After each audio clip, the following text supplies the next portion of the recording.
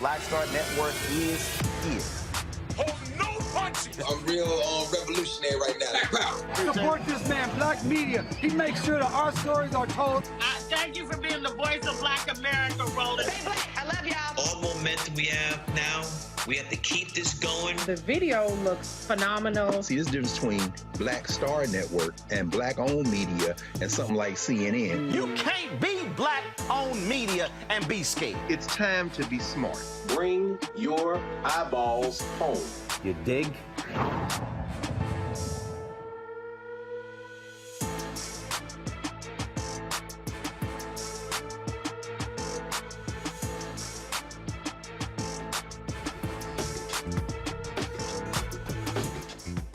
It is May 3rd, 2023. I'm attorney Robert Patil sitting in for Roland Martin for the first hour. Roland's flight is delayed. He should be here for the second hour, but we're going to ride on through. You're watching Roland Martin Unfiltered, streaming live on the Black Star Network. Here's what's coming up today. After a string of mass shootings have rocked the nation, everywhere from Nashville to Atlanta to Texas, all across the country, we are dealing with one of the deadliest years for mass shootings. Over 180 mass shootings so far this year alone, as Republicans pass new laws to make it easier for anybody to have a gun, to anybody to conceal carry around the country. We're going to have a discussion on what exactly can be done to protect communities, particularly communities of color, from gun violence with the president of the National African American Gun Association, Phil Smith. Also, Tucker Carlson is back in the news. Just released today, we have seen unredacted text messages that were discovered during the Dominion voting machine discovery process. And guess what? Tucker sent some really racist text messages. I'm sure you are shocked by this information, but apparently the text messages were so shocking that is what resulted in Fox News deciding to settle the case instead of have Tucker on the stand and all this go public, and also what resulted in Tucker being fired. We're going to talk about that and what can be done to get these people out of media before a deposition is needed in the future. Also, South Carolina is embroiled in another legislative clash over passing the Clementa Pinckney Hate Crimes bill in South Carolina. Now, several times before, this bill has gone through the House, gone through the Senate, and been stopped there. We're going to talk to South Carolina's state senator about what can be done to push this hate crimes law through that will protect African Americans and other minorities within the state of South Carolina. South Carolina is one of the few states that does not have a hate crimes law on the books. Also, in our continuing remembrance of activist, actor, and singer Harry Belafonte, we will be talking to Atlanta Ambassador Andrew Young to discuss how he remembers the late icon. Also, in our Tech Talk segment, we'll be talking to the founder of a sustainable tech company, Pivot Plastic, which is looking to improve the environment as environmental challenges are impacting the Black community. They've been talking about sustainability and the fact that African American communities are far too often located in these areas of environmental racism and what we can do to clean up our communities. It is time to bring the funk. You're watching Roland Martin Unfiltered, streaming live on the Black Star Network. He's got it. Whatever the miss, he's on it. Whatever it is, he's got the scoop, the fact, the find. And when it breaks, he's right on time and it's rolling. Best believe he's knowing. Putting it down from sports to news to politics. With entertainment just for kicks, he's rolling. It's on go, roll, y'all. It's Roland Martin, yeah. Rolling with Roland now. He's funk, he's fresh, he's real, the best, you know he's Roland Martin now.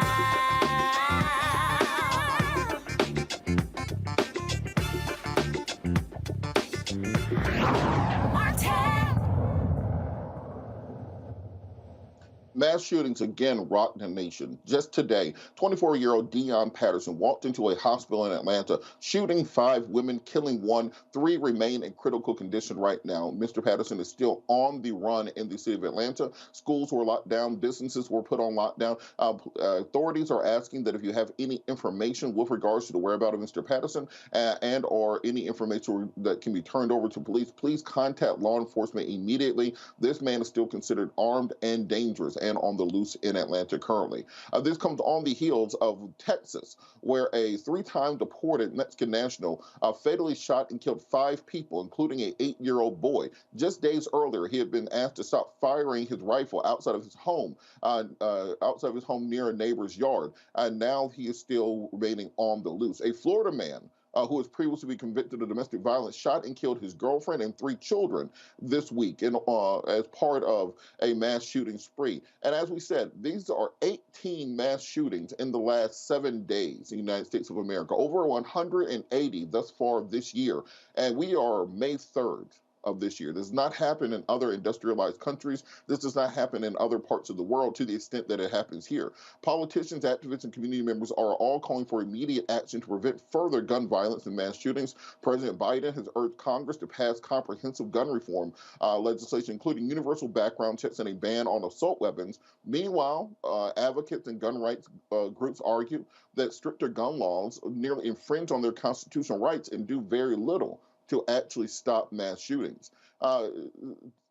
This debate continues. The victims and families are affected by these shootings and left to mourn and wonder what could happen. And we're simply continue to be pushed these narratives of thoughts and prayers from our political officials. Joining us now to discuss this is the president and founder of the National African American Gun Association, Mr. Phil Smith. Phil, how are you doing this evening? Doing good tonight. Glad to be here. Thank you so much for joining us. You know, I've been a NAGA member since the beginning. You started coming on my show on WAOK basically as soon as the organization was founded. Why is it so important that we educate the Black community about the importance and necessity in this current environment of gun ownership and personal protection?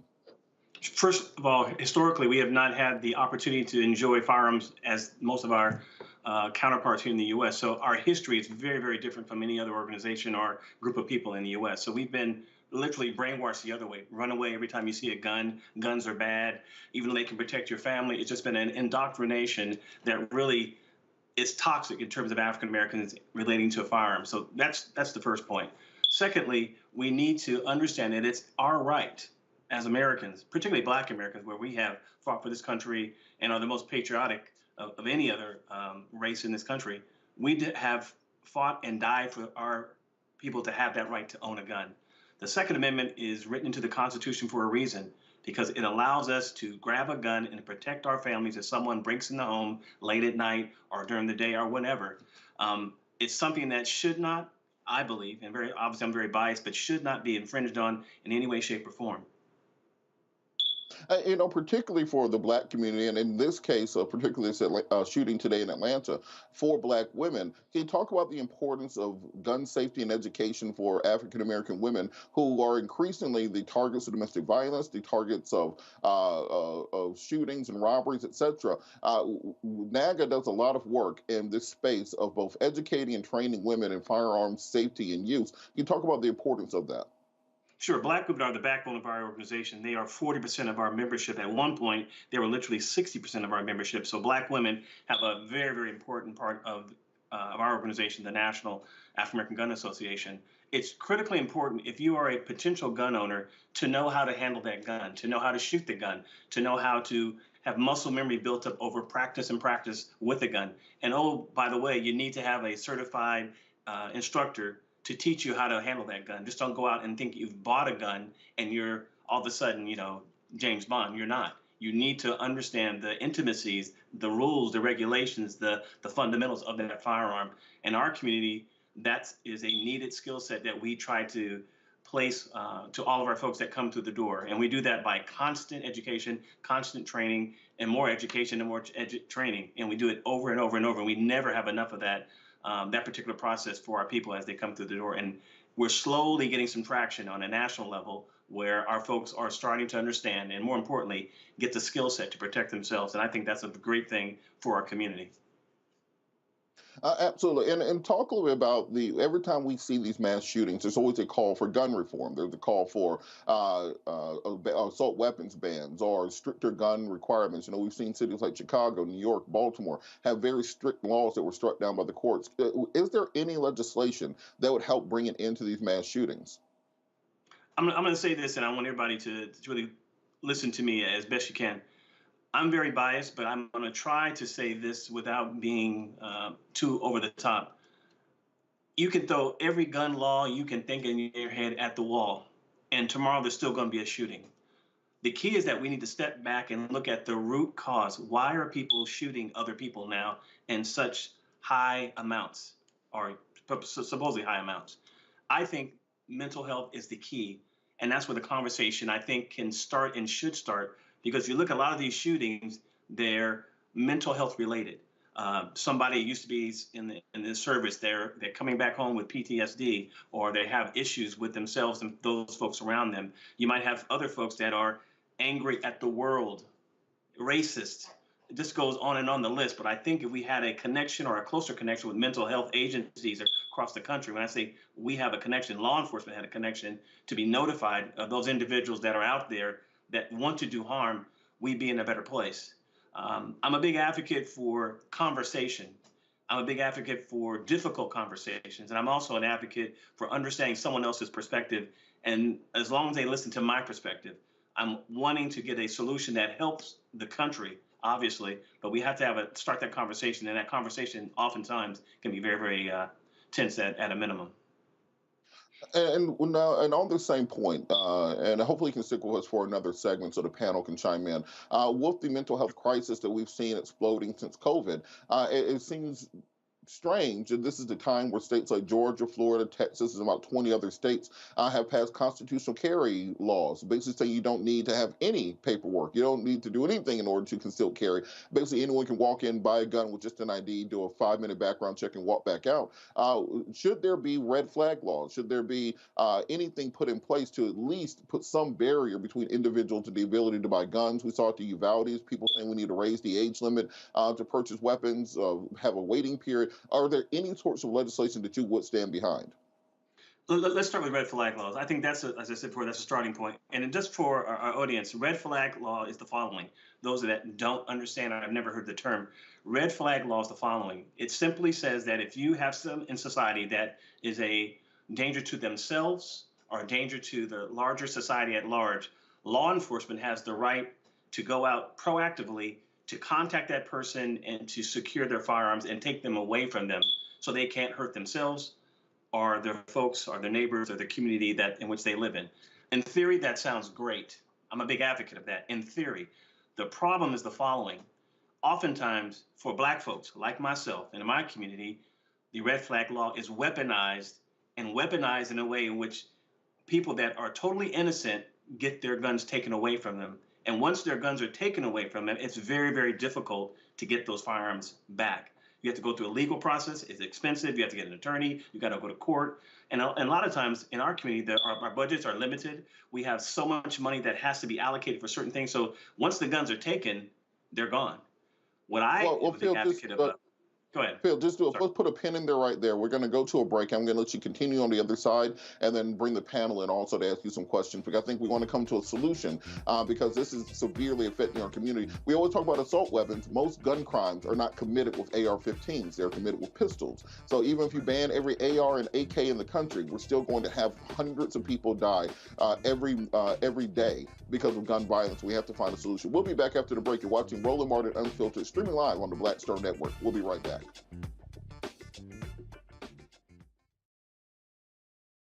When you talk about blackness and what happens in Black culture, we're about covering these things that matter to us, speaking to our issues and concerns. This is a genuine people-powered movement. There's a lot of stuff that we're not getting. You get it, and you spread the word. We wish to plead our own cause. Too long have others spoken for us. We cannot tell our own story if we can't pay for it. This is about covering us. Invest in Black-owned media. Your dollars matter. We don't have to keep asking them to cover our stuff. So please support us in what we do, folks. We want to hit 2,000 people, $50 this month, raise $100,000. We're behind $100,000, so we want to hit that. Y'all money makes this possible. Checks and money orders go to P.O. Box 57196, Washington, D.C. 20037-0196. The Cash App is $RM Unfiltered. PayPal is R Martin Unfiltered. Venmo is RM Unfiltered. Zelle is Roland@RolandSMartin.com. Up next on The Frequency with me, Dee Barnes, our special guest, Alicia Garza, one of the founders of the Black Lives Matter movement. We're going to discuss her new book, The Purpose of Power, How We Come Together When We Fall Apart. We live in a world where we have to navigate, when we say something, people look at us funny, but when a man says the same thing less skillfully than we did, right? Right. Everybody flocks towards what they said, even though it was your idea. Right here on The Frequency on the Black Star Network.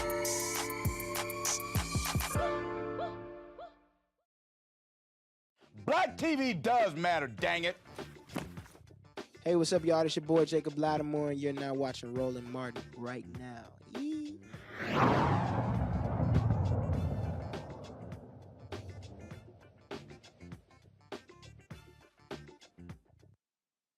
Welcome back. We're still talking to Phil Smith, the president and founder of the National African American Gun Association, about this string of mass shootings that we've seen nationally. Update on the case in Atlanta.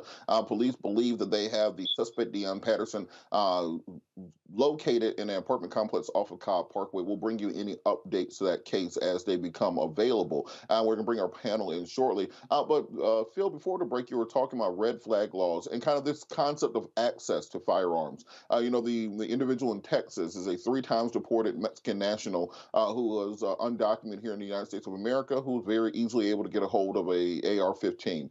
We have seen many mass shootings with illegal guns being used. Even the Mexican cartel right now is using American guns that are shipped across the border as opposed to the other way around. How can we deal with this issue of access to guns in America? Guns are, without dodging the question, guns are an integral part of America. I mean, the country was founded on the access of having guns to fight for liberty. There are a lot of people out there, and I want to make sure people understand that are intent on causing harm to other folks in society that have no connection to them. What we need to do is start taking our communities, our cities, our synagogues, our mosques, our churches, and turning them into what I call hard targets instead of soft targets. Because right now, everyone in society, not everyone, but just about every place you go, you can walk in, you can have a gun and have evil intent, and you're not able to have any kind of barriers protecting those folks that are in that building. We need to make sure that we have that mindset change, because currently, right now in America, I believe that the folks that we have for the masses think of everything being a very safe and serene place, and it's just not that way. When you walk out late at night, you need to protect yourself. When you're downtown in any major city, you need to protect yourself. So why not take that mindset and internalize it and make sure that when you are going around, have situational awareness in your mindset, looking at various buildings and people that you're talking to. To ignore the idea or the problem, it's only going to stay the same way. You need to have buildings protected. You need to have people protected. And I think we're starting to come to that reality, starting with the schools. And I think that's a good thing. I'm going to bring our panel in. We have Rebecca Carruthers, Vice President, Fair Election Centers, Washington, D.C. A. Scott Bolden, attorney and former chairman of the National Bar Association, D.C. Chamber of Commerce, PAC, and also Dr. Larry Walker, assistant professor, University of Florida, in Florida. Scott, I'm going to go to you first. You have a question for Mr. Smith? Well, I got a lot of statements I disagree with him on. I don't know if I have a question, but here it goes. I'd love to hear Phil's response to this issue or argument. The Second Amendment says that if you're in America, the militia, you're entitled to a gun. Last time I checked, and I'm a gun owner, I own 10 guns, I'm not a member of the militia.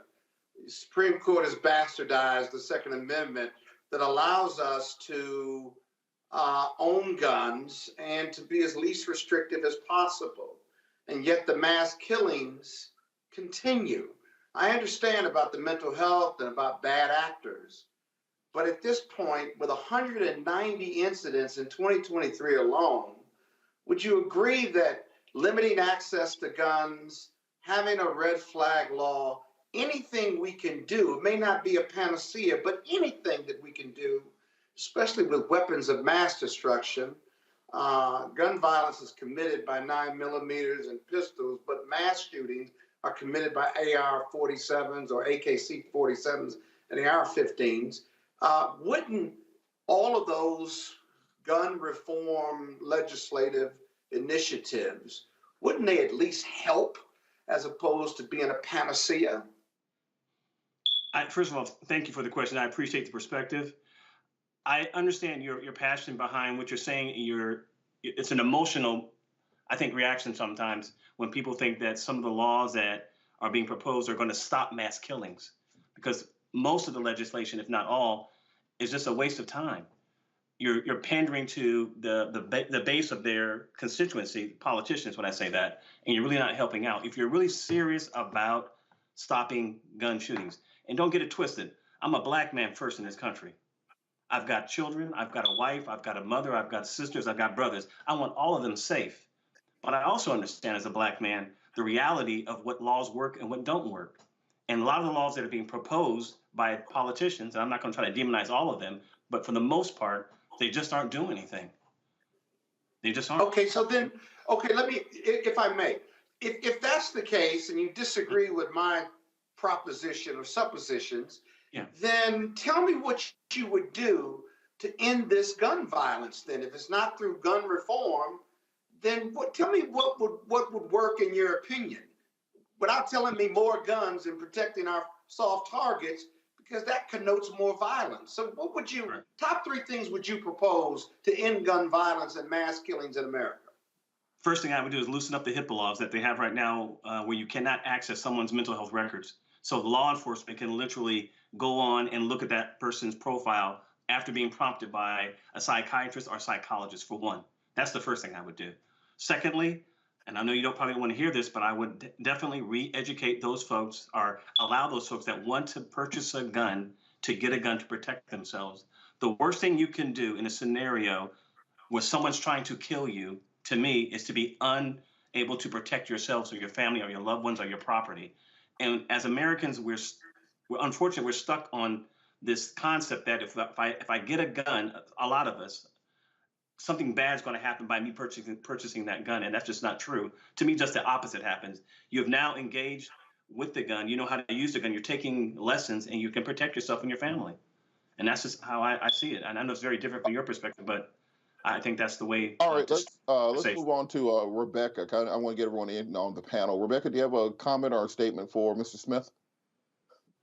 Sure. I find the talk about mental health very interesting. According to Columbia University's School of Psychiatry, only 5% of those with severe mental illness account for mass shootings in this country. So trying to say that mass shootings in this country is largely attributed to mental health is inaccurate based upon psychiatrists. And I think psychiatrists are the ones who could probably determine if someone is severely mentally ill. So my question is it your belief that we already have too many guns in the United States for there to actually be restrictions to reduce guns? I'm really trying to understand your argument. If you're saying that there's so many people who are armed, that's why the rest of us should be armed. Is that the crux of your core belief here? No, I'm saying that if you look at countries where, or not countries, but it's a mindset of protecting yourself, people look for easy targets or soft targets if you're someone out there trying to harm someone. There's a reason why people don't run into a police station and start robbing and trying to shoot people, because they know they're going to die. There's a reason why people don't run into the Federal Reserve and trying to shoot people, because they know they're going to die. There's a reason why you don't walk into some neighborhoods in some communities in this country, because they have excellent security. They have people walking around and watching you as you enter and everything that you do. And if you go into those communities, and I've been a kid driving with my friends, and we've been told, hey, don't go in that area because they're going to stop and they're going to arrest you and they're going to take you home. That's the mindset that we need to take.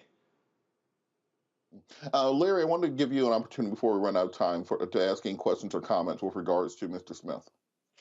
Yeah, I think there are a couple things. I'm a researcher. So first of all, we know that the assault weapons ban that sunset in 2004, we know it had an impact on violence in America. So that's from a policy perspective.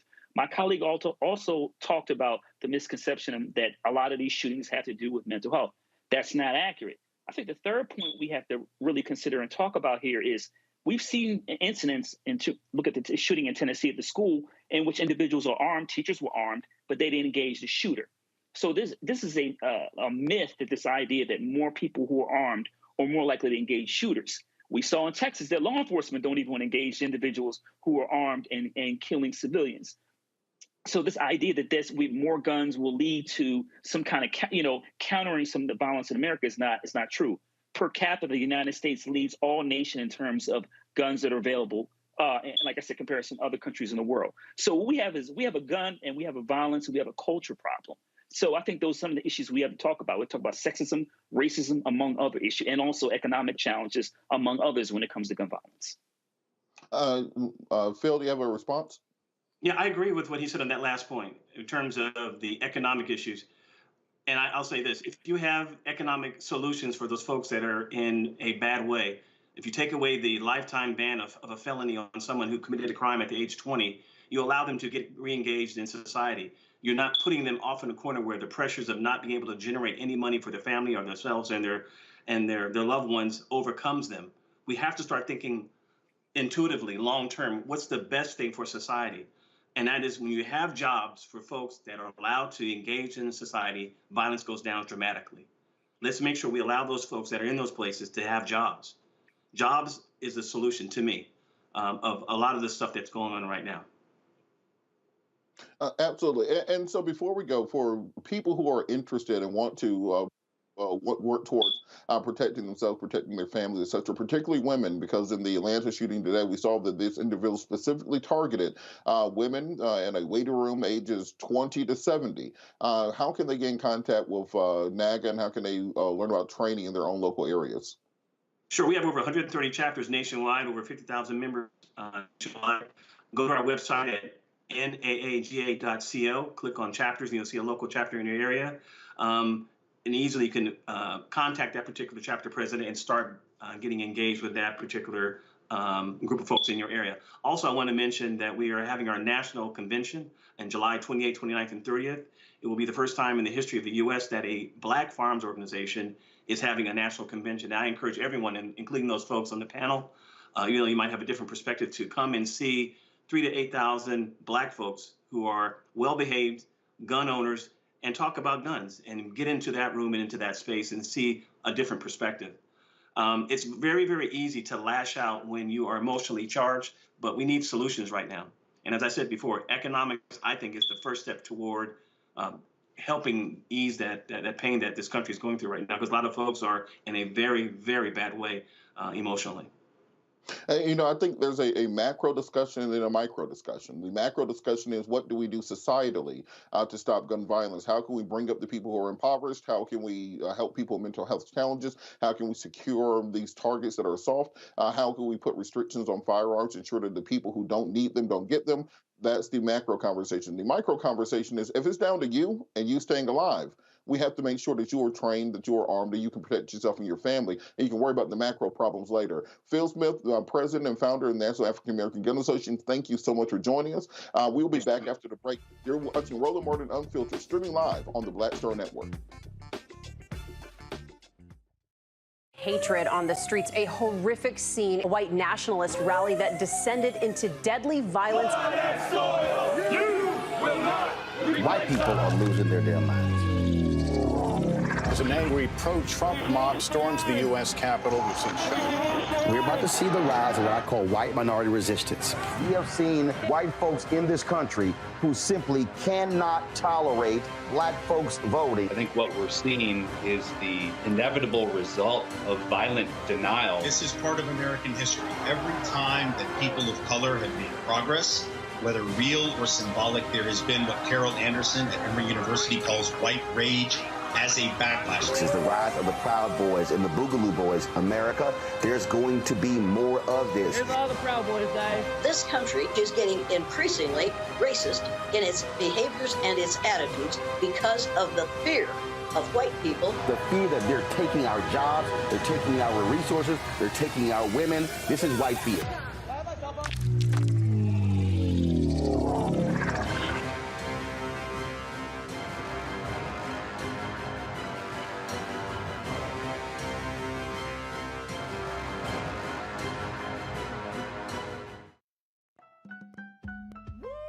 we're all impacted by the culture, whether we know it or not. From politics to music and entertainment, it's a huge part of our lives, and we're going to talk about it every day right here on The Culture with me, Faraji Muhammad, only on the Black Star Network.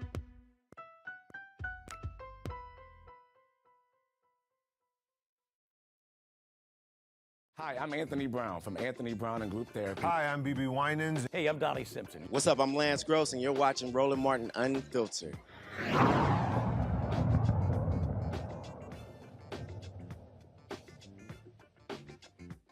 More news on former Fox News host Tucker Carlson. Tucker Carlson, we found out today, made some very disturbing comments through text messages about the January 6th insurrection. According to the text messages released by the New York Times, Carlson texted a producer saying he found himself rooting for a mob of Trump supporters to kill an Antifa protester. I'm going to read the text message here.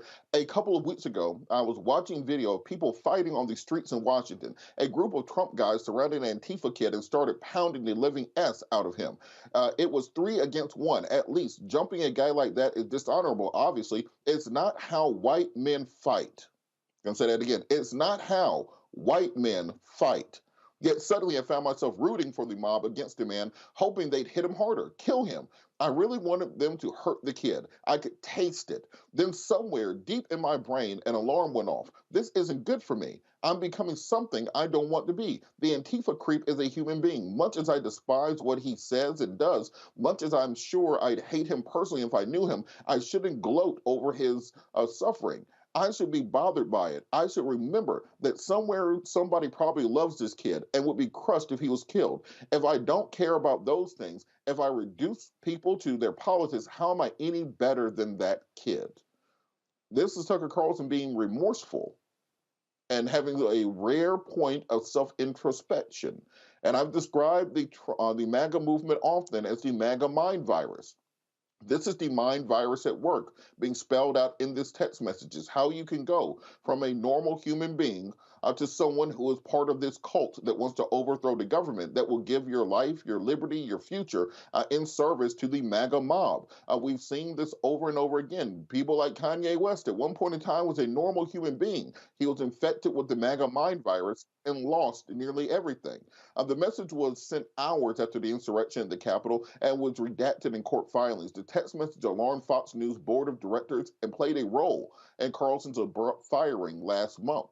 The decision to fire Carlson was made by Fox Corporation Chief Executive Lachlan Murdoch and Fox News Chief Executive Susan Scott, just 1 week after the network agreed to pay $787.5 million to Dominion Voting Systems over the network's dissemination of election lies. And if you wonder why they settled for nearly $800 million, imagine Tucker Carlson on the stand having to answer to that text message live and live on the evening news. That's why they tried to settle. That's why they tried to keep this out of the media. Let's bring the panel in. Rebecca, what does this text message tell you about, one, the nature of our news media, and two, what exactly it takes to get fired as a white man in this country?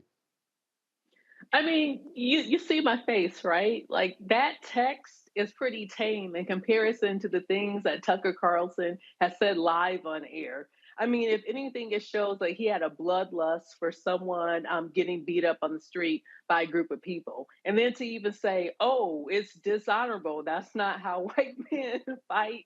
I don't know if you heard me laughing as you were reading that comment. I mean, it just doesn't make sense. I mean, as an aside, we know that white men don't always fight dishonorably. You could just ask the Native Americans, and you could ask them about Christopher Columbus. But that aside, I don't think this is the reason why Tucker Carlson was fired. This is very tame compared to the other things that he has said. And Larry, I want you to pick up on that point. What do you think he meant when he said, this isn't how white men fight? This is dishonorable. So this is just how other people who are less honorable fight? What do you think he was insinuating there? I think what he said is consistent with what you saw on his show. So everything is centered within whiteness. So when you behave a certain way violently, you know, in savagery he was describing, that's the way that minoritized groups are supposed to behave. But listen, what I want to say is, in terms of the comments he made, I think Fox News was looking to get rid of him because what he said in his text message is really tame to some of the crazy things he said on his show. I want to highlight a couple of things when you talk about white men and violence. The black folks who were the victims who were murdered the Red Summer of 1919, or Rosewood, or the Coe Massacre, or Tulsa Massacre, with like a word with Tucker Carlson in terms of white supremacy and violence in the United States. This country has a long history of violence against black folks and other minoritized groups. So this idea, like he said, that white men in particular don't behave like that. We saw that in January 6th. We see that in terms of how law enforcement interacts with black folks. And once again, we continue to see it in terms of the way Black people are treated, from going to the movies, to the mall. They're just sitting in their car, they're at home. So this violence perpetuated against us is ongoing, and it's part of our lives 24/7, 365. And Larry, to that point, this is one of those reasons I think Ron DeSantis is trying to ban CRT, because much of that history, I feel like a good portion of America, including white America, doesn't know. When Tucker says this isn't how white men fight, that's exactly how white men fight. If you look at the era of lynching in America, it was always a group of white men dragging a 14-year-old boy like Emmett Till off to murder him. It was always a group, 10, 20 people, taking people to lynch them. If you look at many of the massacres that took place, they roll in groups to get an individual. Why do you think that so much of this education is missing from the American zeitgeist, and what can we do to restore it? The Cody massacre in Rosewood, which happened in the state of Florida. They don't want to talk about these issues.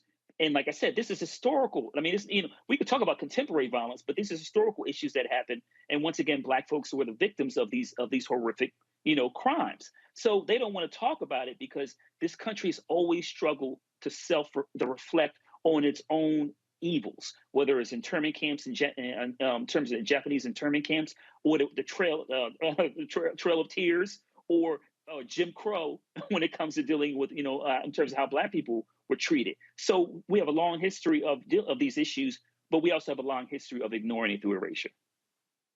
And Scott, both of us make our rounds on cable news. And when I saw this, that this somehow was the vitiating factor to result in the termination of Tucker Carlson, I chuckled a little bit, because we all know that if the producer had this, they probably had hundreds of other text messages like this, and they could have turned it over to Fox executives at any time if they actually had a problem. It was the lawsuit and the money that they were afraid of, not Tucker being a racist.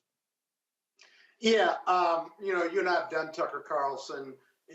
They have live tapes of him. They don't need private text messages from him. That's the first thing. But the lawsuit was settled for a lot of reasons, not just Tucker Carlson. They probably had a lot of texts, and they had a lot of anchors, and their testimony, including the owner's testimony, wasn't going to be good. That was like winning a trial without even having to spend the money trying the case. But here's the thing about his text. Pull his text back up.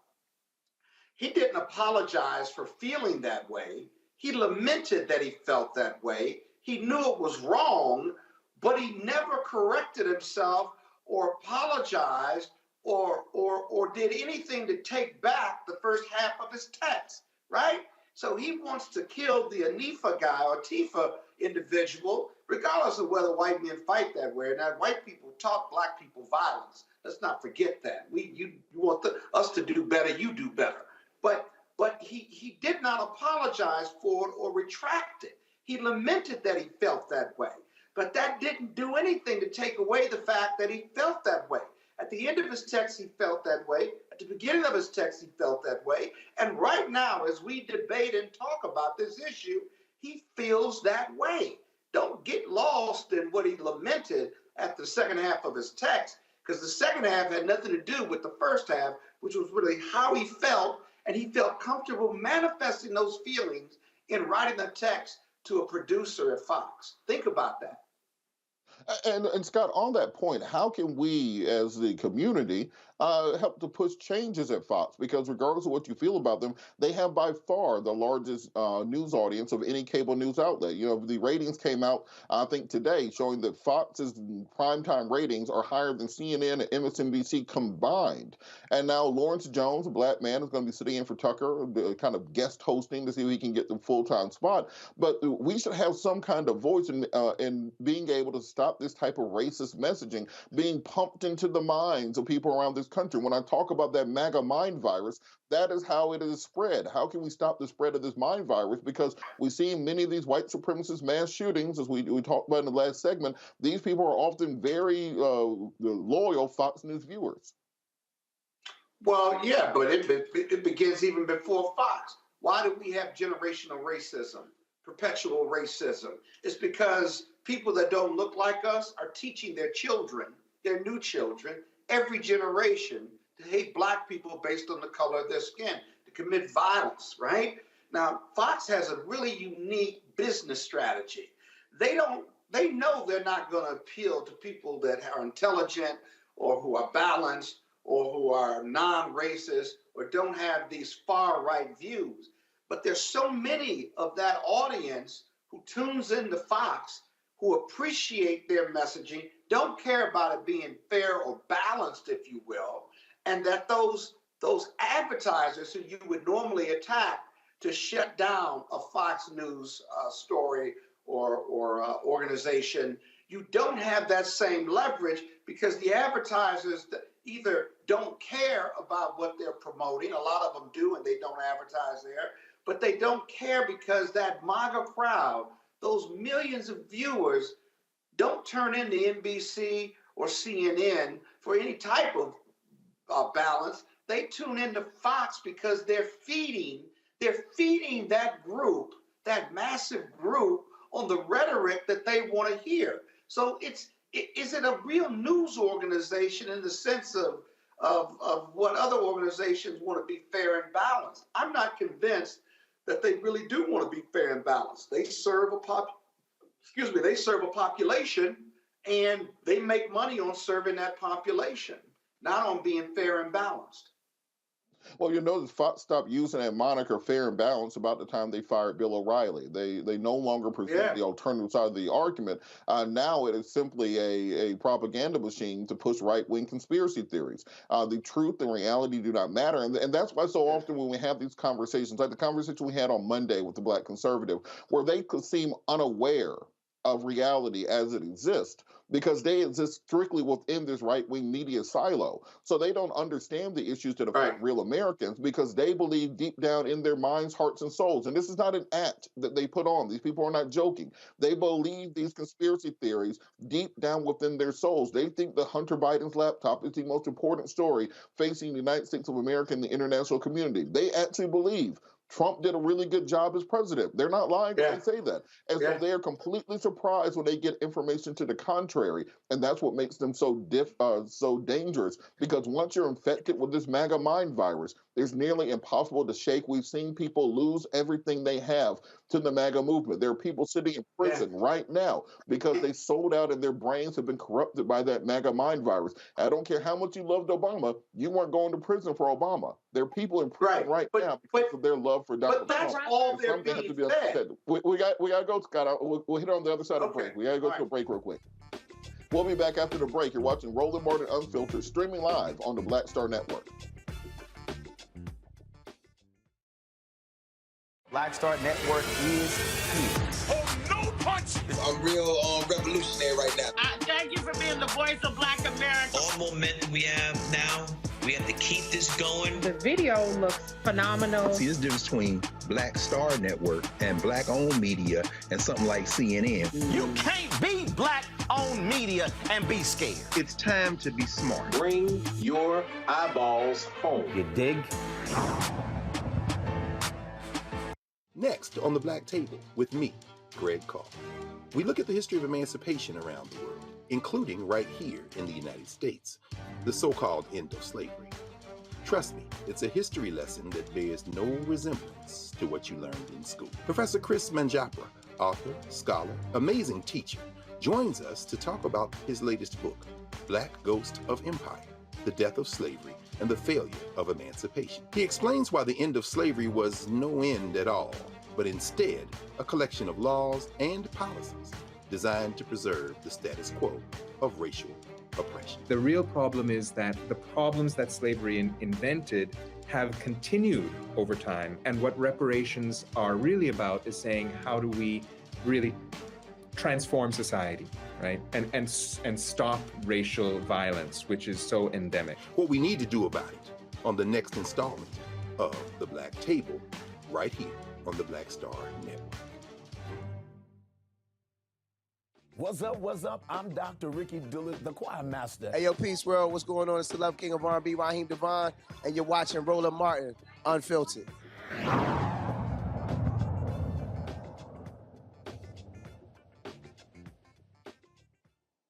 South Carolina, the Palmetto State, they argue that they should be the peach state as opposed to Georgia. don't believe that. South Carolina also where the Civil War started, where Tim Scott, senator, launched his presidential campaign right there at Fort Sumter. But South Carolina is also one of only 2 states in the nation without a hate crimes law on the books. Lawmakers have tried to get the Clementa C. Pinckney Hate Crimes Act passed for the last 3 years. Pinckney was one of the 9 worshipers murdered at the historic Mother Emanuel AME Church in Charleston by white supremacists in June 2015. Frustrations are overflowing at this point for obvious reasons. Even in a state like my home state of Georgia, after the murder of Ahmaud Arbery, we were able to push through a bill that got rid of the Civil War era citizens arrest law that was the basis of the detention of Mr. Arbery. We've been able to push through new laws that help to prevent hate crimes against African Americans, but South Carolina is a tough nut to crack. Joining me now to discuss this is South Carolina State Senator Kevin L. Johnson. Senator Johnson, how are you doing this evening? Doing fine. It's good to see you. Good to be with you. Thank you so much for joining us. So talk a little bit about this legislative process. You know, it seems like you've got him through the House, through the Senate. What's stopping this from going into law? Well, the bill passed the House, which just flabbergasted me because the House is known to be more conservative than our South Carolina Senate. But the bill did pass the House, and so I try to tell people that 48 states have passed hate crime legislation in the South Carolina House, but the Senate refused to even take the bill up, and that's very disappointing. So what are the roadblocks preventing this from being even considered in the Senate? It's very similar to H.R. 40, the reparations law in Congress. It will get through Congress, but never even be taken up for a vote by the U.S. Senate. What is happening in South Carolina that is stopping the Senate from so much as even having a hearing on this, let alone a full vote? It basically comes down to a numbers game. In South Carolina, in the Senate, we have 46 members, 30 Republicans, and 16 Democrats. And so the Republicans pretty much control the calendar. And so although the bill has been filed, and I'm a co-sponsor of the bill, if they don't agree to take it up, assign it to a subcommittee, and let us debate the bill, discuss it, and vote on it, we can't get to it. And all we ask them is just do that. Just let us debate the bill and let us vote. And I think the biggest fear from the leadership is that if it ever comes to a vote, the votes are there to pass hate crime legislation in South Carolina. And with that, you know, it's one of those insane things about the legislative process that we also face in other states, because South Carolina is nearly 40% African American based on the last census data. How exactly is it that we only have 16 senators in a state that's almost 2/4 black? That is a good point. And let me say this before I answer that question. In the South Carolina House, there are 124 members, 88 Republican and 36 Democrat. And we have to go back and just reemphasize to South Carolina citizens the importance of voting. And we just have too many people that are not going to the polls to vote. And we have some that actually go to the poll and vote against their own interests. Hence, we have the numbers that we have. And we're the minority party in a state where the majority party pretty much controls the calendar. And so in the House, they have a supermajority, and in the South Carolina Senate, we're one member shy of them having a supermajority in the Senate. But people have to understand the big picture and understand that voting is important and it does matter and it makes a difference. Can you talk a little bit about the importance of these state level and state and local races? Because on the Democratic side of the aisle, pretty much since 2008, when Obama was running, there's been a big focus on the national party, making sure you can win those national elections, making sure you can elect progressive senators and progressive governors and progressive presidents. But because of that, we saw over 1,000 seats switch from Democrat to Republican during that decade of Obama. It's kind of that period of time. What can be done to rebuild these state-level parties so we can actually have houses, state houses that reflect the demographics of their citizens? Well, we have to, again, re-emphasize to the voters in South Carolina. There's this mentality that presidential elections are important. What they call off-year elections, which in my opinion, there's no such thing as an off-year election, they don't understand that those are important also. As a matter of fact, we have to make sure people understand once again that every election is important. And so we have too many people that either don't vote or they vote against their own interests. But those are the ones who complain most of the time. And then when they complain to people like me who are up here fighting and voting for what's in their best interest. And they're giving the people who win these elections and who vote against what they would like them to vote for a free ride. So we've got to go back and re-educate our voters. They've just lost focus and they just can't see the big picture that all of these elections are important. And what's even more frustrating that in South Carolina, for the first time ever, we now have a bill that we fought for and finally got it passed where you can vote 2 weeks early for any reason. We had absentee voting, but you had to have a specific reason to vote absentee. But now we have early voting. You can vote early 2 weeks prior to the election. And just like in 2022, in a lot of places across South Carolina, the people didn't take advantage of that convenience that we put in law for them. Now in Georgia, we have a lot of groups like Latasha Brown and Black Voters Matter. We have Helen Butler and the People's Agenda. You have so many groups that are out here really mobilizing people. And that's how the state went from red to a light blue. What has to happen organizationally and structurally within the state to get these people turning out for these midterm elections? Because when you tell people that South Carolina is only one of 2 states without a hate crimes law, that seems like it should be enough to motivate people, motivate clergy, motivate nonprofits and civic organizations to get people out there, because South Carolina could be a purple or even a blue state based on demographics. You just need the people to understand that and get out to the polls. That's exactly right. And you said a mouthful, but number one is that we have to learn from the successes of the hard work that was done in places like Georgia. And we have to realize that if Georgia can do it, we can also. And we can be a purple or blue state. We have areas like where I live that were just until recently, solidly blue, like my county that I live in, Clarendon County, the county that where the Briggs versus Elliott school desegregation lawsuit took effect that led to Brown versus Board of Education. But in 2020, in Clarendon County, which was always a solidly blue county, Donald Trump won Clarendon County. And that really woke up a sleeping giant. And so then in 2022, although my congressman, who I have a lot of admiration and respect for, Jim Clyburn, won his election, but he lost Clarendon County, and nobody would have ever guessed that. So we have to look at places like Georgia and see the hard work and the good work that they put into and see the fruits of their labor. And we have to emulate that. We have to copy that. We have to roll up our sleeves and go out and get people to come out to the polls and vote. It's just as simple as that. And the other thing you hit on, I want to address also, because you talked about clergy and the like, and that's one thing that I think is not as strong as it used to be, is our clergy. They have to get more involved in not just elections, but a lot of things that go on in our community. They can't have that captive audience every Sunday and let those folks go home without encouraging them to go to the polls and vote, and without lecturing them about how important it is to vote. And I'm gonna tell you, in my area and in my region, that's not being done as much as it needs to be. And that's another thing we have to work on. We have to get our clergy, we have to get our civil rights organization, because I believe if we can get people to the poll, they'll vote the right way. But it's just hard to get them out to vote for some reason. All right, let's bring the panel in. Larry, I want to see if you had any questions. Try to keep it short so we can get as many questions as possible for Senator Johnson.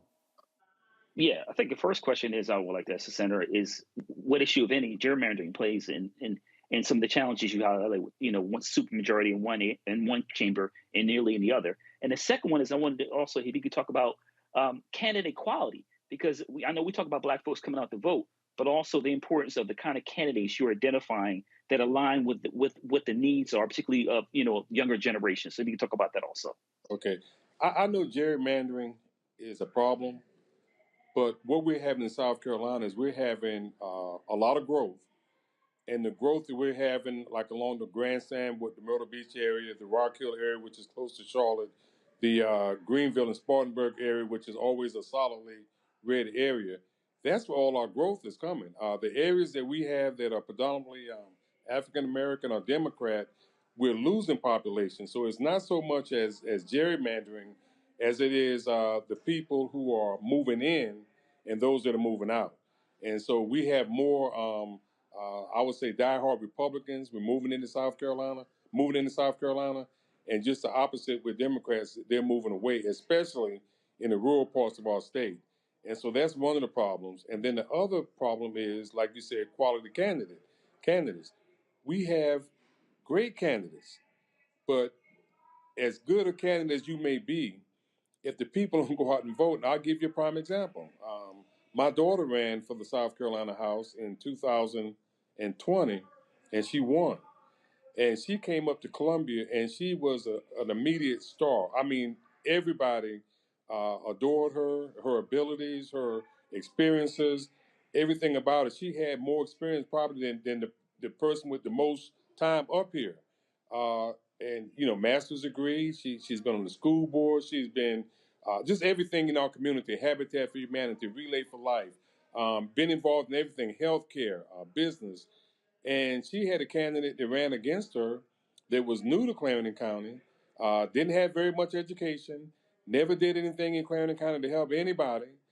And she won because, to me, mostly because the people who should have come out to vote didn't vote. And then we had some that, I use a term that President Obama used, they fell for the okie doke and they just, you know, supported the other side. So in our issue, to me, it's more than the quality of the candidate, it's the mentality of the voter.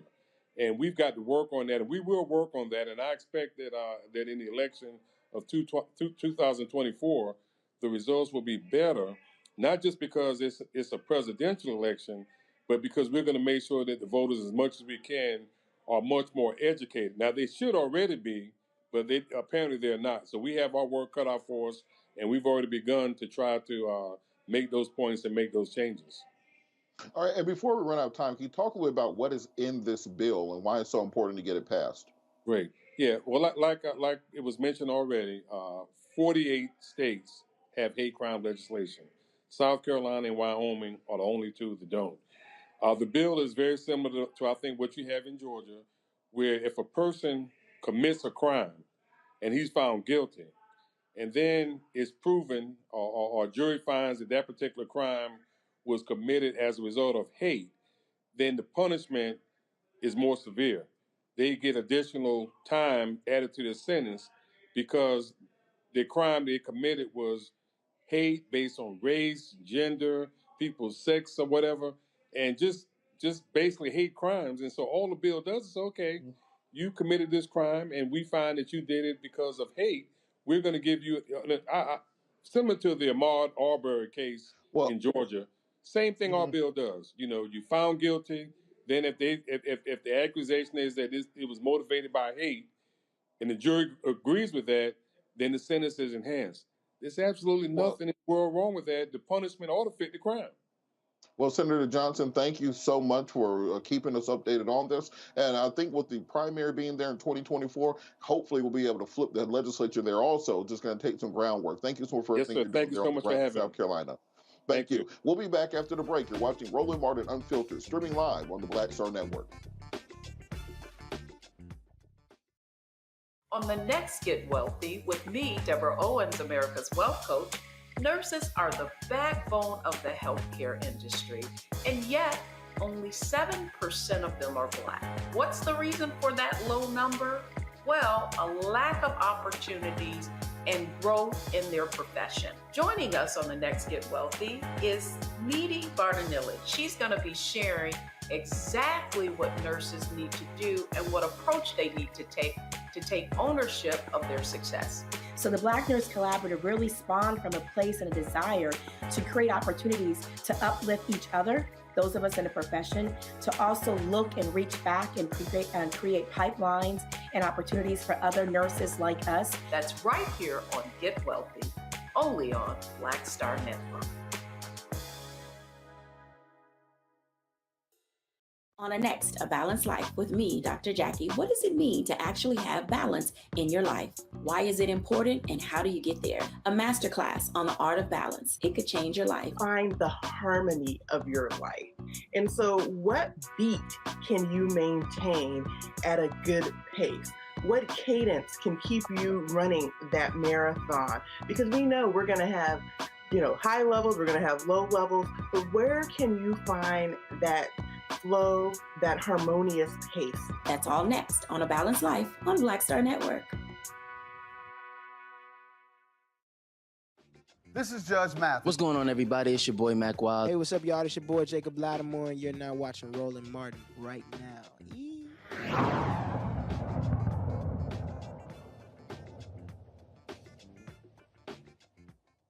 We're going to take it down to Florida, where the trial of former Tallahassee Mayor Andrew Gillum and Sharon Letman Hicks awaits a jury verdict on their public corruption charges. Now, Gillum, who was the 2018 Democratic nominee for Florida governor, and Letman Hicks, his longtime mentor and owner of PNP Communications, are charged with illegally soliciting campaign donations and pocketing them in their accounts. This morning, jurors asked for paper copies of all the trial exhibits. The 12-person jury signaled Tuesday that it had agreed on one count in the indictment accusing Gillum of making false statements to the FBI in 2017, but jurors said they did not expect to reach a consensus on the other counts. So let's go back to the panel. Rebecca, looking at these charges against Andrew Gillum, it seems that often Black candidates throughout the country have been charged more harshly for campaign finance violations on down the line than white candidates. Why does it seem that the hammer always comes down on Black candidates? Well, it's really interesting about the Gillum case is that for years there were multiple rounds of undercover sting operations targeting Gillum when he was mayor of Tallahassee. And so, there's been a lot of investigation around Gillum. And quite frankly, my personal opinion is that they wanted to make sure that he couldn't rerun for Florida. To rerun for governor there. Had he been governor in Florida, it probably would have looked different in 2020 as far as who actually won in the presidential in Florida.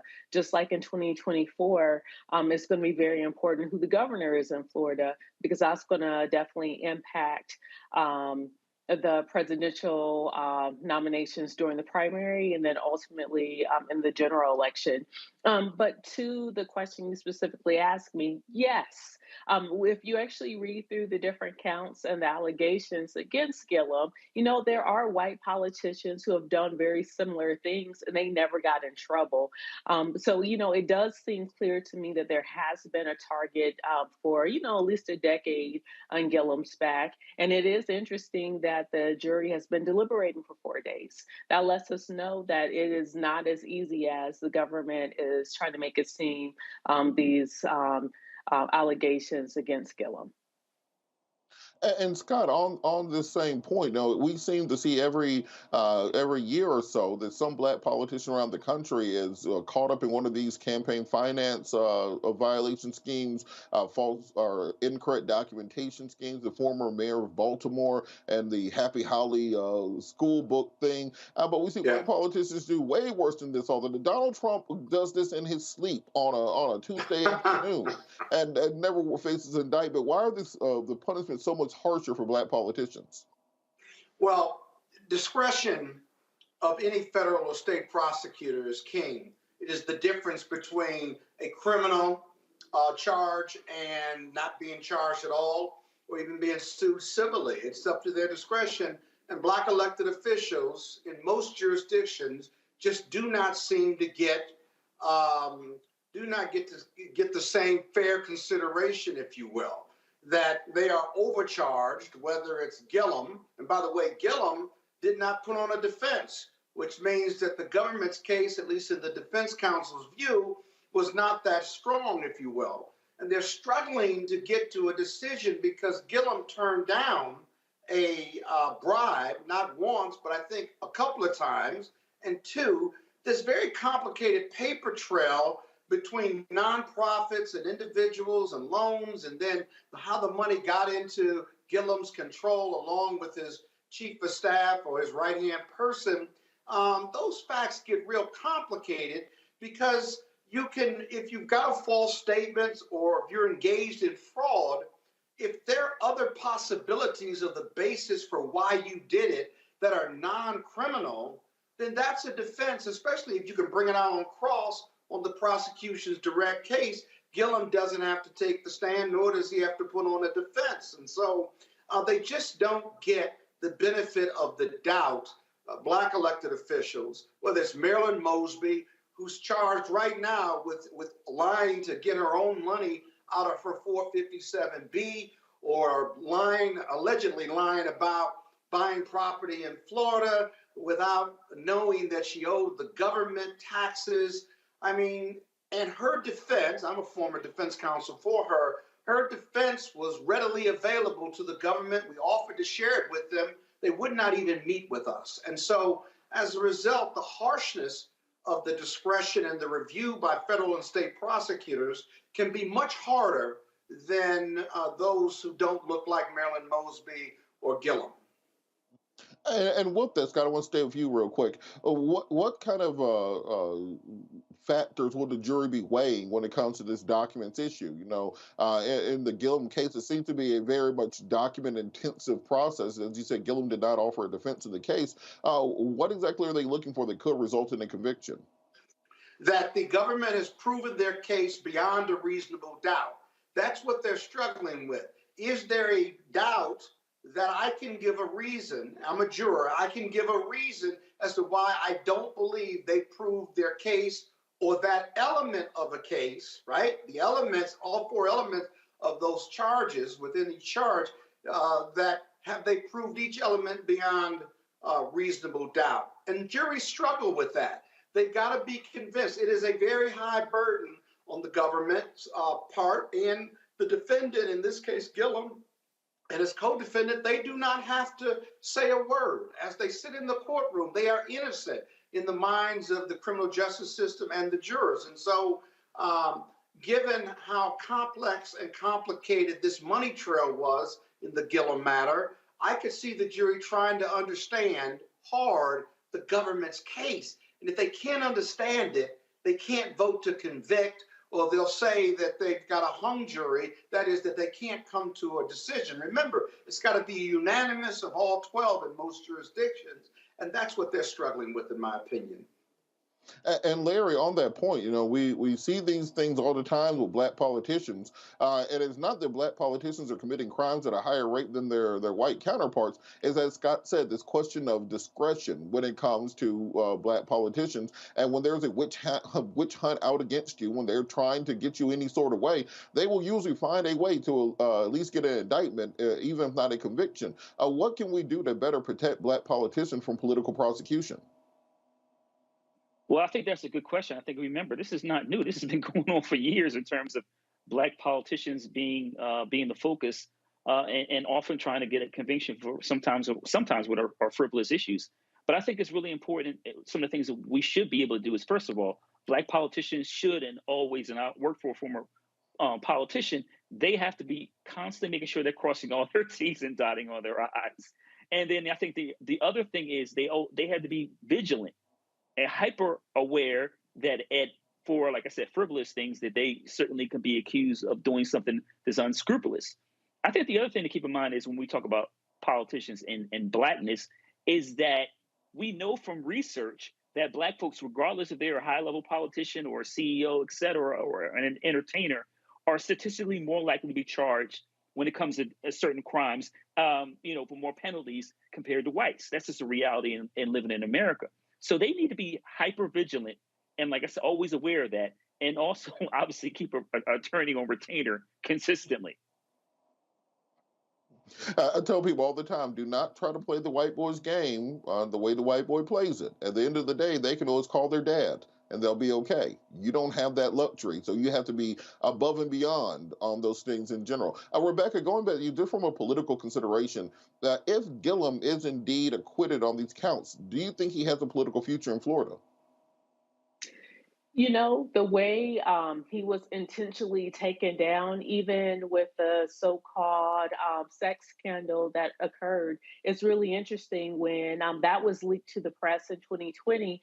That was the Friday of, I think it was March 12th or March 13th, when the entire East Coast shut down due to COVID. Right, which started the pandemic nationally. And so we noticed that the story about Gillum, the pictures that were released, never really picked up in media until I think it was a conservative news blog with Candace Owens then teased the story out and kept teasing the story out. And it was meant to humiliate him. It was meant for him to just go hide and run and to never be heard from again. I will say there are people in Florida who are scared of the power that Gillum has. He's a very charismatic leader. He's been a very effective leader when he was on the city council in Tallahassee. He was a very effective mayor. So yes, there are people who are scared that Gillum could still be viable as a political candidate and ultimately win office again in Florida. He has a lot of value. He has a lot of sincerity, and he really connects to people in Florida, which is why he and DeSantis were neck and neck in 2018.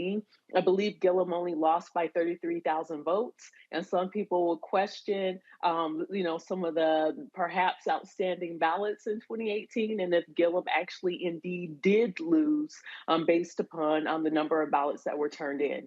But I say all that to say is that Gillum is still a political threat to folks who deem themselves as his political enemies in Florida. Well, I'll just remind people that 33,000 votes, Gillum would have been governor instead of Ron DeSantis. We would not be talking about lawsuits against Disneyland and Mickey Mouse. We would not be talking about banning CRT. We would not be talking about banning drag hour reading time for students. We wouldn't be banning books. All those things happened because of the 30,000 votes in 2018. So when people ask you, do elections have consequences?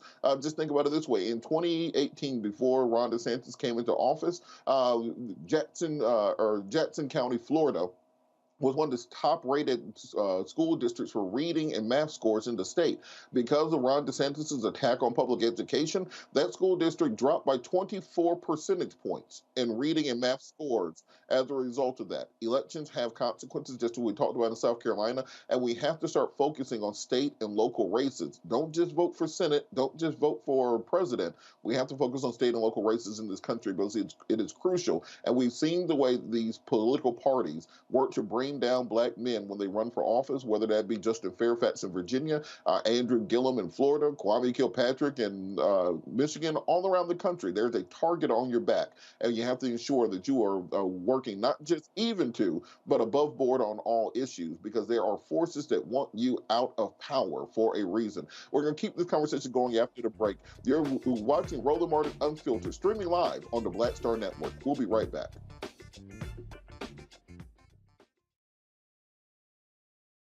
Lost my daughter. I didn't know where she was. So I had to figure out how to survive, how to eat, how to live. I don't want to go into the details because she's here, first of all. She may not want me telling that story. But possession of her, the family broke down, fell apart. I was homeless. I had to figure out, I didn't have a manager or an agent or anybody anymore, and I'm the talent. So I got to figure out how to be the agent. I had to figure out, how does business work?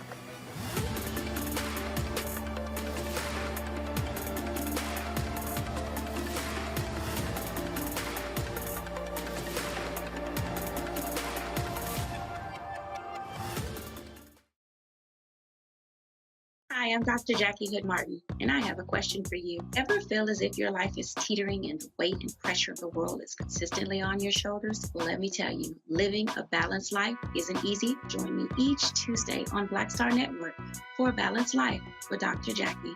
We'll laugh together, cry together, pull ourselves together, and cheer each other on. So join me for new shows each Tuesday on Black Star Network, A Balanced Life with Dr. Jackie.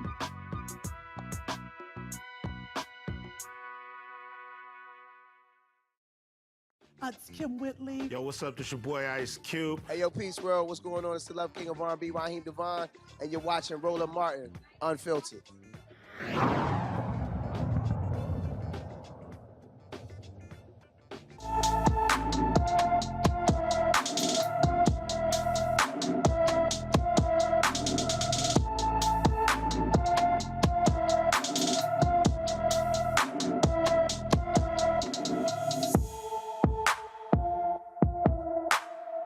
Today in Black and Missing, we take you to Melbourne, Florida, where Joey Case Jr. was last seen in Melbourne, Florida on April 18, 2023. The 17-year-old, who also goes by the name JoJo, is 5 foot 10 inches tall, weighs about 150 pounds, with black hair and brown eyes. Anyone with information about Joey Chase Jr. should call the Melbourne, Florida Police Department at 321-608-6731. Of course, we're hoping for the safe return of Mr. Case Jr. back to his family, and hopefully we keep their family in our thoughts and prayers. We're going to hit some headlines. In Jackson, Florida, police officers connected to the death of a black man have been fired. 41-year-old Keith Muriel was killed on New Year's Eve following an incident with officers called to an extended stay motel for a non-emergency call. Avery Willis, James Land, and Casanova Reed were terminated for a policy violation. It's unclear if the violation directly related to Mr. Muriel's death, but this comes as the Mississippi Bureau of Investigation is wrapping up its investigation into the case. Kenya McCarthy was also fired in February connected to this case. The body cam footage has yet to be released despite claims in February that the video would be released once the investigation was completed. Muriel's family has filed a wrongful death lawsuit against the now former officers. The lawsuit claims the officers were used excessive force, deadly force, and failed to render medical aid to Muriel. I remind people, the George Floyd Justice and Policing Act is still sitting in Congress, and also the now Tyree Nichols duty to intervene amendment to that law is sitting in Congress. They can pass a budget, they can pass an infrastructure bill, they can pass a Inflation Reduction Act. We have to hold their feet to the fire when it comes to passing police reform. We want to talk about the tragic incident involving a black DoorDash driver who was shot and killed in Kansas City, Kansas, during a traffic stop on Wednesday night. According to a report, a Kansas City, Kansas police officer attempted to pull over 25-year-old DoorDash driver Amarion Henderson's vehicle for a traffic violation when a confrontation occurred, resulting in shots being fired. Henderson was shot and the officer was taken to the hospital where the victim died. The officer is reported to be in stable condition with minor injuries not caused by a gunshot. It is unclear if the man who was shot was armed at the time of the incident. The investigation into the incident is being handled in the Kansas City, Missouri Police Department, and the community called for a thorough investigation into the circumstances surrounding the shooting. I want to bring the panel in on these two stories together. And Rebecca, I'm going to go to you first. It seems that we could literally just do a show every single night of the week, just doing a wrap-up of all the black people being shot by cops in this country on a daily basis. I think we're all tired of talking about it, but yet and still it continues to occur.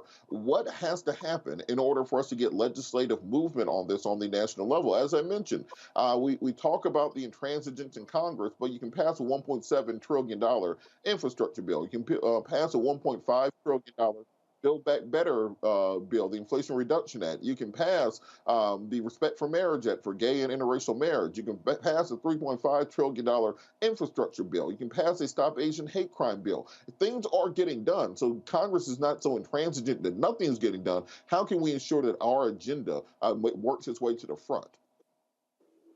You know, I'm gonna have a unique take on this tonight because you're right.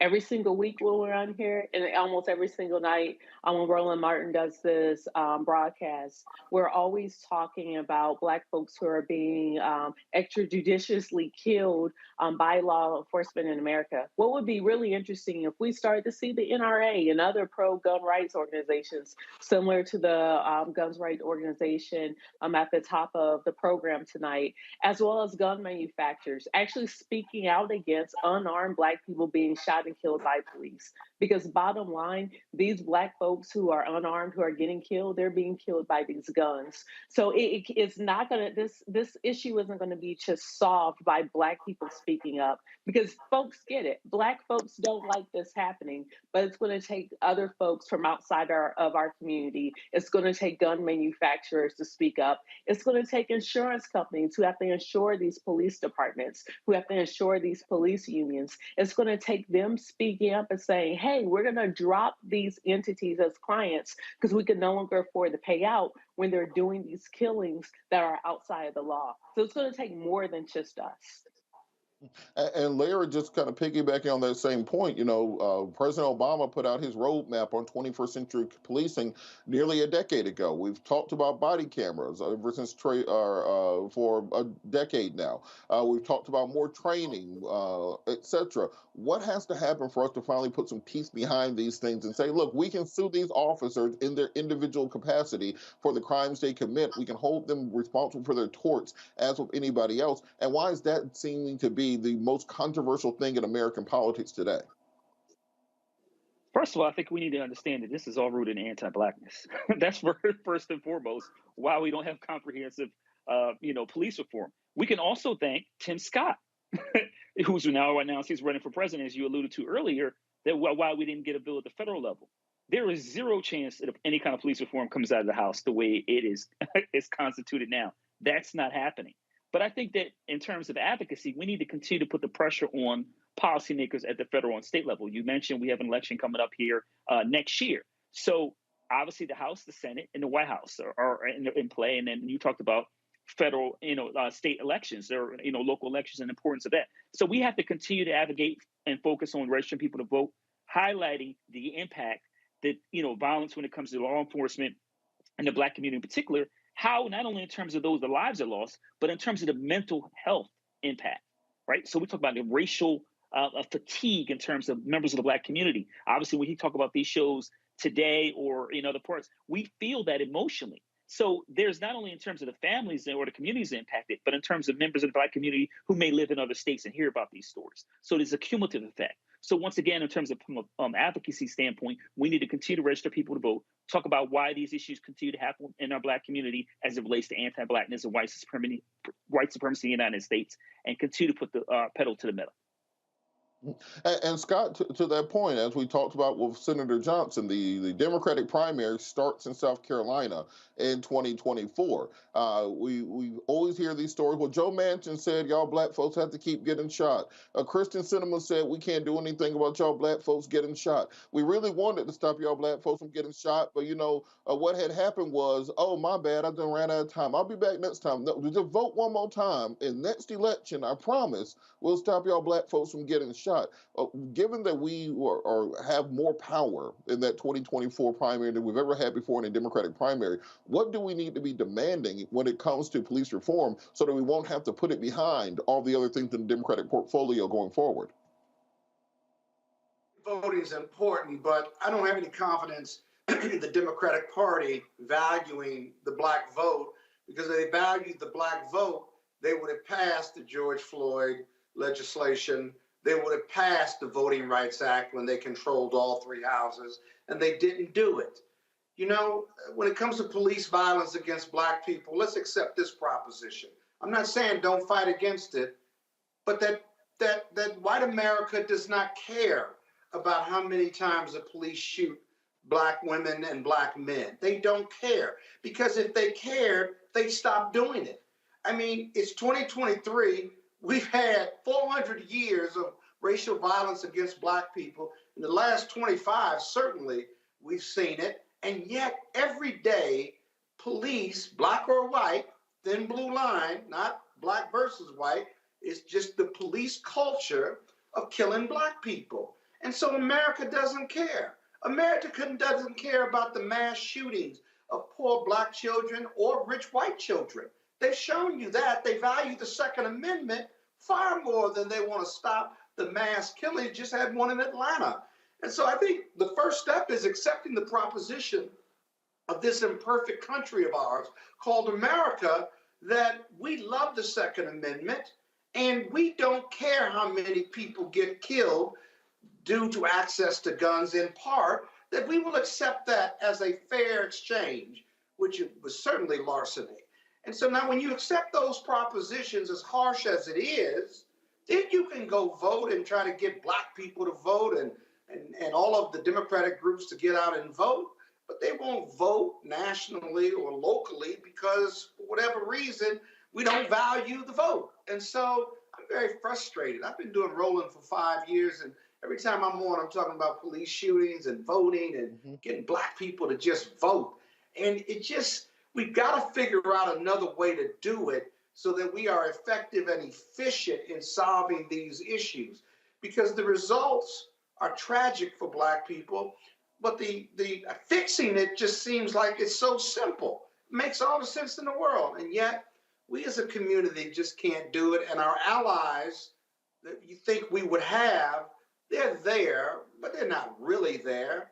And you don't have anywhere else to go vote. If you don't vote Democratic, you're certainly not going to vote GOP, and you're not going to have a winning vote if you vote for an independent. And so Black people are between a rough spot and a rock. They really are.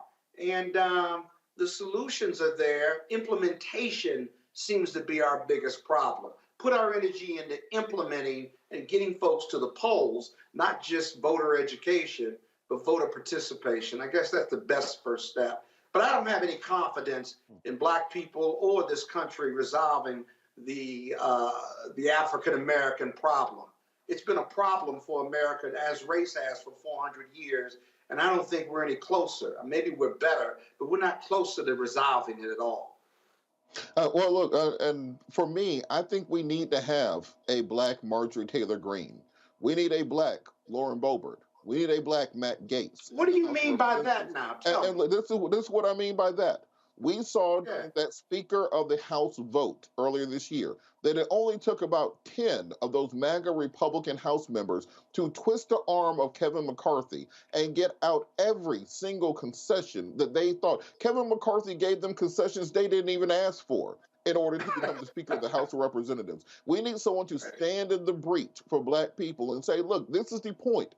We will not do any other business in the Congress of the United States of America until we put these issues of Black men and women being killed by their own government front and center and number one. Because right now, we're dealing with a debt ceiling crisis. The reason Kevin McCarthy put out this MAGA budget is because of those 10 people in the House of Representatives. So there's no way you can tell me that 10 MAGA Republicans and Marjorie Taylor Greene have more power than the entire Congressional Black Caucus, the largest caucus in the Congress right now. And because Democrats know, just as you said, that we're between a rock and a hard place, that we're between this question of, do we allow fascism to take over the country, or do Black people turn out and vote? Well, we have to harness that power. The Democrats have to make the decision. Look, if you can pass a $1.7 trillion infrastructure bill, if you can pass a $1.5 trillion Build Back Better, skinny bill, Inflation Reduction Act, whatever you want to call it, if you can pass a gay marriage and an interracial marriage bill, if you can pass a Stop Asian Hate Crime bill, if you can push through an executive order on the Dobbs Amendment, you pass a $3.5 trillion omnibus spending bill. Clearly, you can get something done. It's a question of priorities. Do you want to and do you care about Black voters? And until we make them care, until we hold Robert, we're going to see the same thing. Rebecca, but Biden doesn't because he hadn't made it a priority. Rebecca, Robert, we got to go. But Robert, we did have someone who was trying to push the line. We had Cynthia McKinney from your home state of Georgia, and voters decided not to send her back. So we did have some Black people in our Congressional Black Caucus delegation that was willing to go there to ask questions and to be an agitator. So when we have had that, those people didn't last. So I don't know if it's just as simple as Black folks or even Democrats, for that matter, having a Marjorie Taylor Greene. Well, look, I understand the difficulty. Some people might just have to be one-term Congress people. But at the end of the day, we have to make some kind of difference. Just as Scott said, we all come here every week to talk about Black folks getting shot. At some point, enough has to be enough. We'll be back after the break. You're watching Roland Martin Unfiltered, streaming live on the Black Star Network. I think Roland might be with you on the other side of this break. We'll be right back. That was a pivotal time. I remember Kevin Hart telling me that. He's like, man, what you doing, man? You got to stay on stage. And I was like, yeah, well, I'm young, thinking, I'm good. And he was absolutely right. What show did you have at the time? This was one-on-one. Got it. During that time. So you're doing one-on-one, going great, you making money, you like... I'm like, I don't need to leave. I don't need to leave from, Wednesday, Thursday to Sunday. I didn't want to do that. It was just like, I'm going to stay here. Or I didn't want to finish work Friday, fly out, go do a gig Saturday, Sunday. I was like, I don't have to do that. And I lost a little bit of that hunger that I had in New York. I would hit all the clubs, run around. Sometimes me and Chappelle or me and this one or that one, we'd go to the Comedy Cellar at 1 a.m. And that was our life. We loved it. You know, you do 2 shows in Manhattan, go to Brooklyn, leave Brooklyn, go to Queens, go to Jersey. And I got complacent. I was like, I got this money, I'm good. I don't need to go chase that, because that money wasn't at the same level that I was making, but what I was missing was that training. Yes. Was that. And it wasn't the money. It was the money. You know, it was that's what I needed.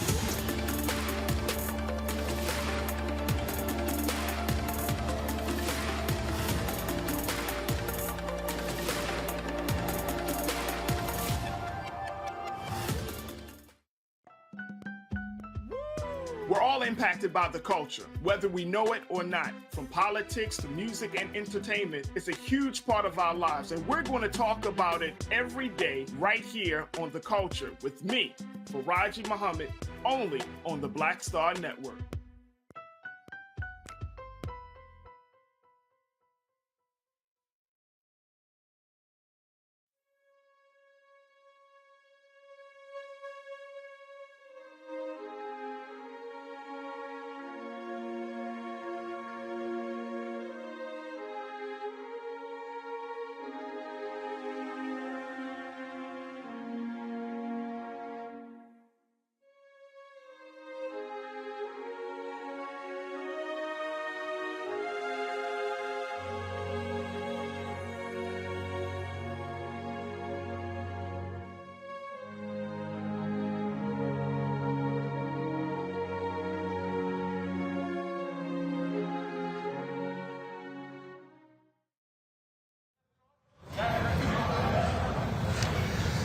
Hey folks, Roland Martin here. I am at Dulles Airport, literally just landing from Los Angeles. Flight was delayed a couple of times. That's why Robert Patillo is sitting in the host chair today. For the last week, where we've been trying to get our next guest. Of course, last Tuesday, Harry Belafonte passed away at the age of 96. And one of the folks who certainly has considerable insight into his work, their friendship, his friendship with Reverend Dr. Martin Luther King Jr., is my good alpha brother, Ambassador Andrew Young. He joins us now on Roland Martin Unfiltered. Ambassador, always great to be able to see you and chat with you. Very good. Always good to talk to you, especially about somebody that has meant so much to this nation and to people of color all over the world. I mean, he was not only known in Jamaica, but in South Africa. He and Stokely Carmichael went to Guinea,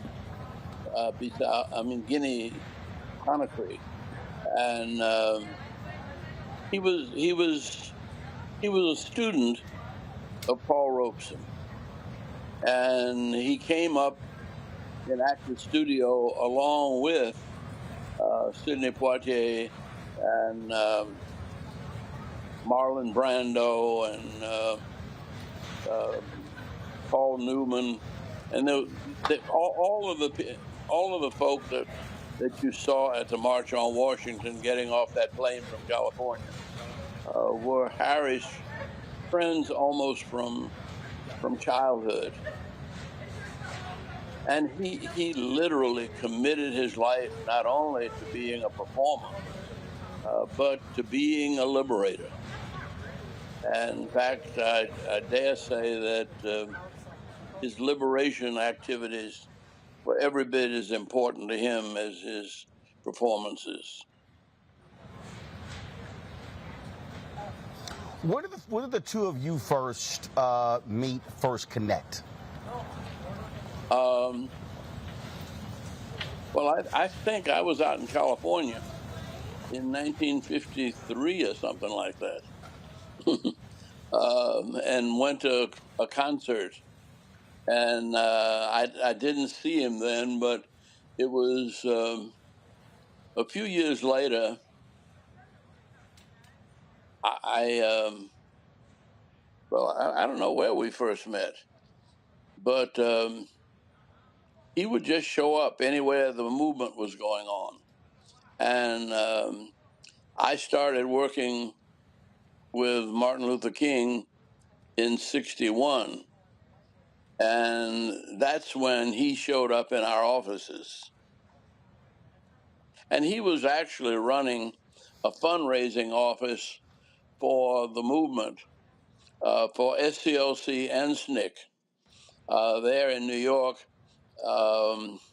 Clarence Jones was a part of it. He's now out in California. Maya Angelou was a young girl coming in from Africa, and she worked in that office for a while. And he just rounded up people who were good people, and who wanted to see Martin Luther King and this movement continue. And we never raised more than $1 million a year, I don't think. But we wouldn't have raised that if it hadn't been for Harris running the office in New York, but also having concerts all over the place with anybody who would perform with him. When he and I talked, he talked about getting that phone call and the first meeting that he had with Dr. King. He said it was supposed to be a 20-minute meeting. It turned to a 4-hour meeting. And he said that I made the decision to follow this young man wherever he was going to go. And that's exactly what he did. And so many people really don't understand how critically important it was to have folks like Harry Belafonte, have Dick Gregory, to have a Sidney Poitier, to have African Americans who were entertainers utilize their celebrity, their influence to do what was necessary, whether it was bringing in entertainers, whether it was raising money, whether it was serving as advisors. Just talk about how crucial that was as y'all were trying to build up momentum for all the different campaigns you were involved in. Well, let me say that for me, we were in New York just before Dr. King went to Memphis. And we were talking about how to get the energy of the movement to sustain itself in politics. And that was the last time they met until Harry showed up at Martin's funeral. But then I went to see him about helping SCLC carry on. And he said, but Martin said, we should move toward politics. And I said, yeah, I've been looking for somebody to run. And Julian didn't want to run. Jose Williams didn't want to run.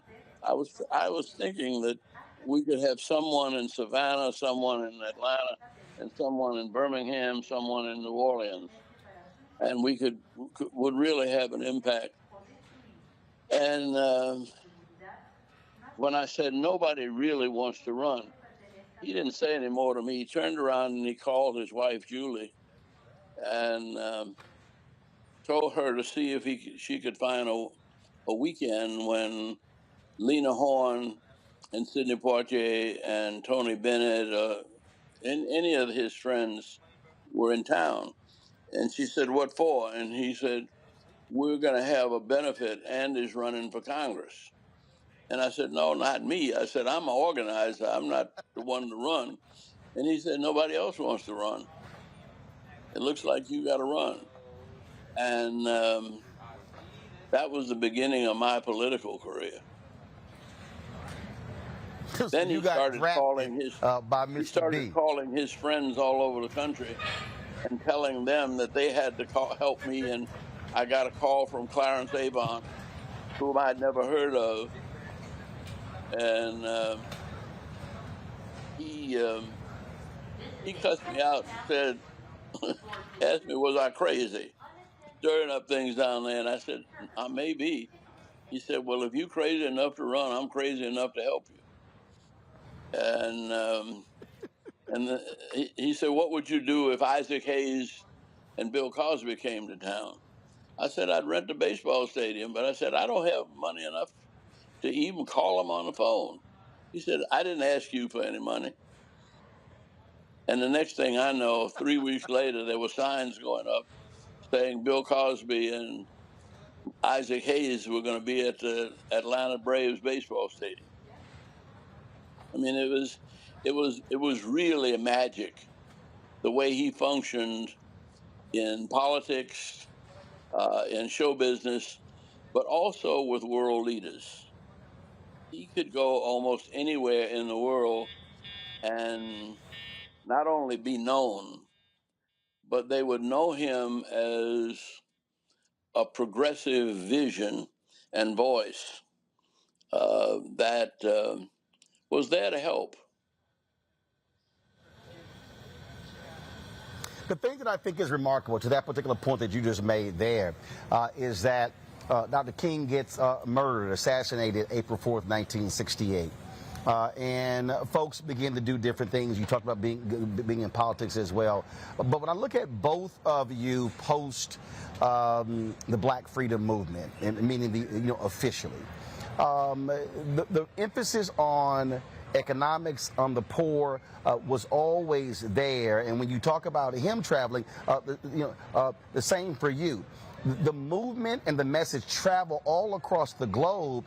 And so folks welcomed both of you in so many different quarters. When I look at Nelson Mandela, the effort to get him released, and then, of course, him becoming president, both of you, me tell you, that you story. and Mr. B were right there.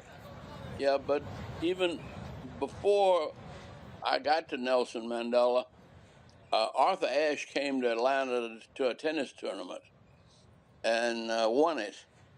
And it turned out that the promoter of the tennis tournament happened to be from South Africa and asked Arthur if he would come to South Africa and play. Arthur wrote 10 people, 8 white and 2 black. The 2 blacks, Bob Green of Michigan State and myself, both told him to go. And he said, well, why don't you go with us? And in 1974, we spent a whole week sitting in the government box with all of the people that had my folk locked up. Now, I wasn't uncomfortable with that because that was sort of my job in the movement, was to kind of communicate with the white community. When we went to Birmingham, we were talking about going to Birmingham in December, toward the end of December, and Martin said, Andy, do you know any white folks in Birmingham? I said, no. He said, you got a month to find some. And that was the difference between us and, say, Black Lives Matter. We were not rushing, and we had actually then 2 months to prepare. Before there was a demonstration, we had about four meetings with business leaders and clergymen, and we had negotiated basically what we wanted before we had a single demonstration, and it was that kind of patience and preparedness that allowed us to just to stay alive. Got to go to a break. Hold tight 1 second, Ambassador. We're going to pay a couple of bills. We're going to come back and chat with you a little bit more about the late, great Harry Belafonte. My panel, they also will get to ask you a question as well, folks. You're watching Roland Martin Unfiltered as we continue paying tribute to Harry Belafonte, who passed away last Tuesday at the age of 96. You're watching Roland Martin Unfiltered right here on the Black Star Network.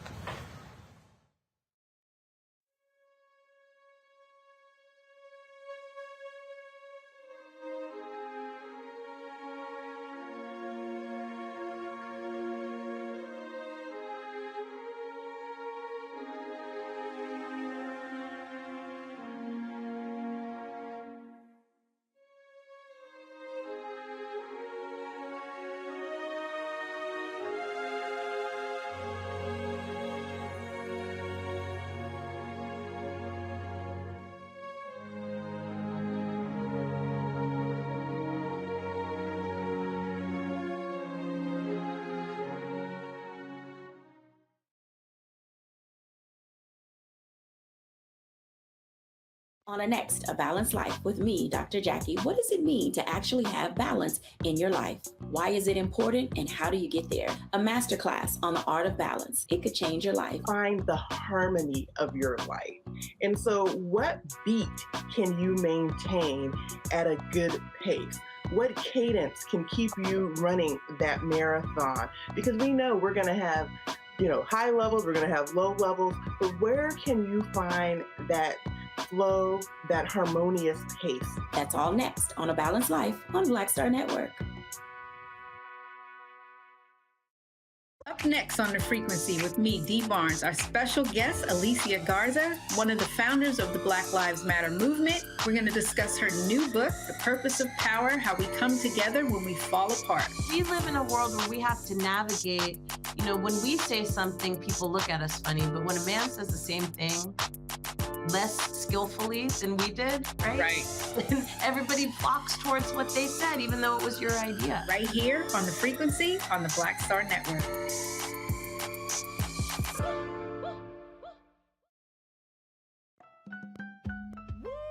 We're all impacted by the culture, whether we know it or not. From politics to music and entertainment, it's a huge part of our lives, and we're going to talk about it every day right here on The Culture with me, Faraji Muhammad, only on the Black Star Network.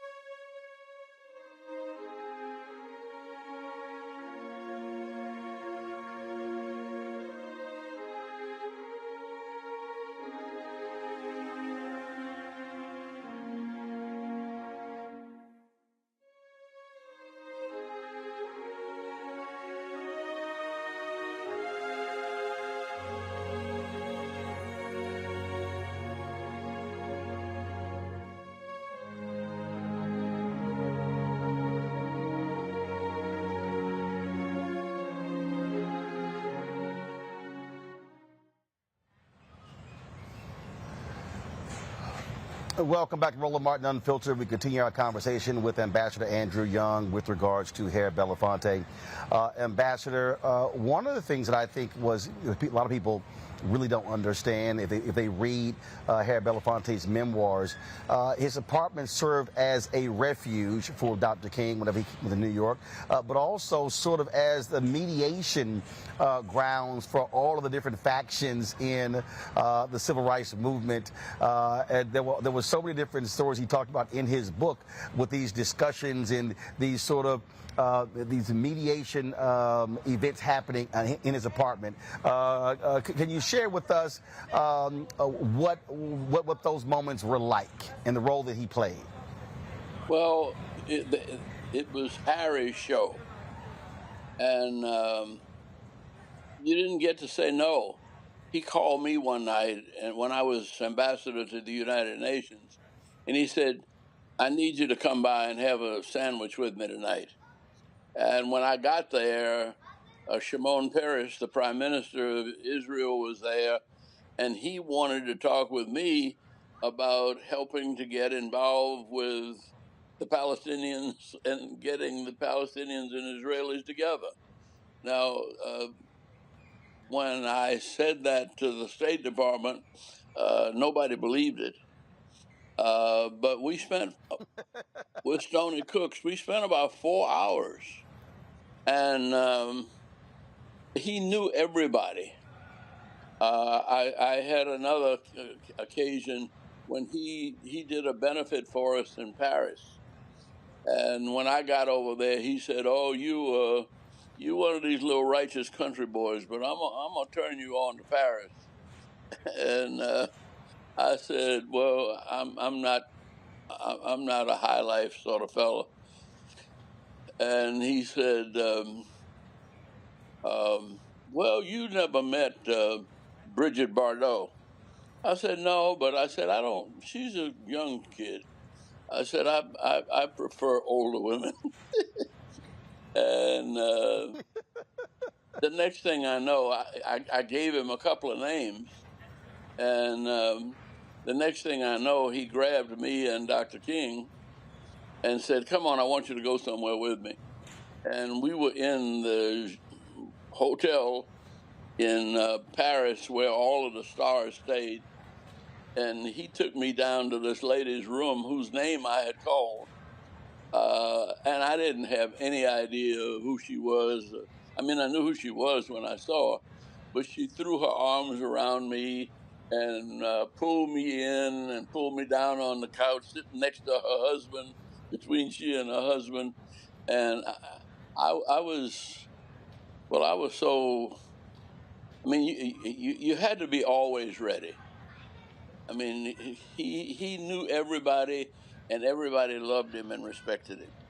The same thing with before Mandela got out of jail, it was always Bishop Desmond Tutu, or he'd show up and there would be Miriam Makeba, and of course Sidney Poitier was with him in the very beginning, and he just got along with everybody, and he put everybody almost all over the country on a liberal agenda. Questions from panelists. Rebecca, I'll start with you. Your question for Ambassador Andrew Young. Ambassador Young, first of all, How you doing? Say thank you. It's very nice. It's a pleasure to meet you. When I think about greats like you, who were architects and generals and soldiers within the civil rights movement, I often think about the strategy that you all had. And then I compare it to my generation. We have the technology, we have the money, we have a lot of access, but we seem to lack strategy with how we choose to carry on with the movement. So, what advice would you have for folks in my generation with how can we be more strategic in the Well, push for I civil tell you rights? what, that's what I say. I said that that Black Lives Matter happened in 60 seconds. I mean, in 9 minutes and 41 seconds, everybody in the world was watching George Floyd die. And it was an immediately organized protest. All the way down in New Zealand, they were watching. Now, there were 60 bombings of black people's homes in Birmingham in 1961, 62, and early 63. And this is before the church was bombed. Fred Shuttlesworth's church had been bombed 3 times in 61 and 62. And we were right here in Atlanta, 150 miles away, and we didn't know it. They didn't cover anybody. I mean, I heard of Emmett Till. I'm from New Orleans. That's not far from Mississippi, and I drive through that part of Mississippi all the time because my wife was from Alabama. But we never knew about Emmett Till until his body went back to Chicago, and his mother insisted that Jet magazine and Ebony magazine put his body on the picture on the cover of Ebony magazine. And so what we didn't have, I mean, we really didn't even have telephones. I mean, we had to find somebody, and not everybody in Selma had a telephone. And we had to know the 2 or 3 people in the neighborhood that we might be able to run to and call somebody somewhere. We were in the dark ages, really. And so we had a lot more planning time. And and it was also, we knew how dangerous it was. Now when you got 10,000 people out in the street, it's not nearly as dangerous as when Martin Luther King went to jail in Birmingham in 63. There were only 51 persons with him. And it wasn't any big march, and we were always small and vulnerable. I got beat up in St. Augustine, Florida, and there wasn't even any press there. And I didn't know how bad I'd been beaten until almost 10 years later, when we got access to the police files. And so it was a different time. And I think if we had known the dangers we were facing at that time and faced up to it, we might not have been so courageous. A lot of it was, the Lord will lead you and he'll tell you what you need to know. But we didn't know. And Martin Luther King's, he used to do a Richard Pryor, a kind of act where he would talk about somebody trying to shoot him and one of us jumping in front trying to get our picture in the paper or on television and taking the bullet for him. And then he'd start preaching your funeral. And he'd say everything you'd never want said in church about you. But what he was doing, he was making us laugh at the possibility of our own death. And of course, he was laughing at his death. And it's a different time. And I think that you all are collecting the fruit from the trees that we planted. And I think things are going very well. I really do. At least we got all of the crooks out in the open, and everybody knows it. Scott that's the funny one right there, Ambassador. Scott Bolden, what's your question? Ambassador Young, great to see you. We miss you on the Board of Trustees at Morehouse College. But I know you're busy with your foundation. My question to you is, it's so hard for athletes and entertainers to have a consciousness about our Black community and the struggle our community faces.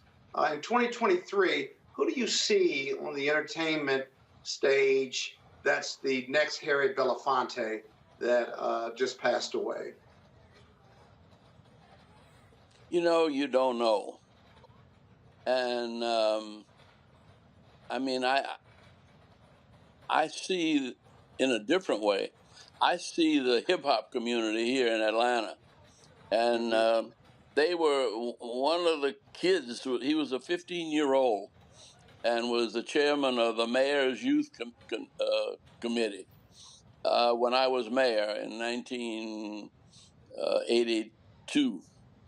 And he's 50 years old now, and he's building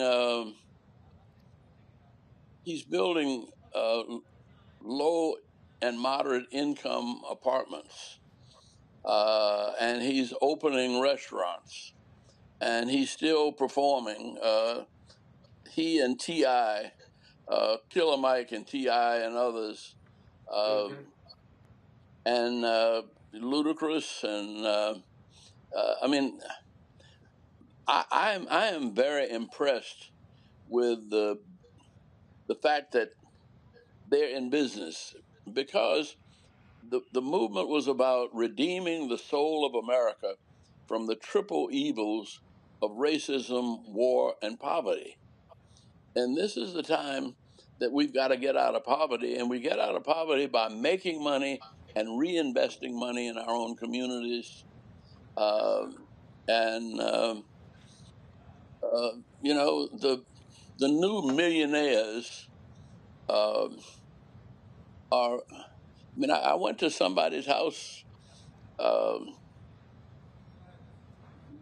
2 months ago, and there were 200 people in the basement sitting in chairs. Now that means that's a big house with a big basement.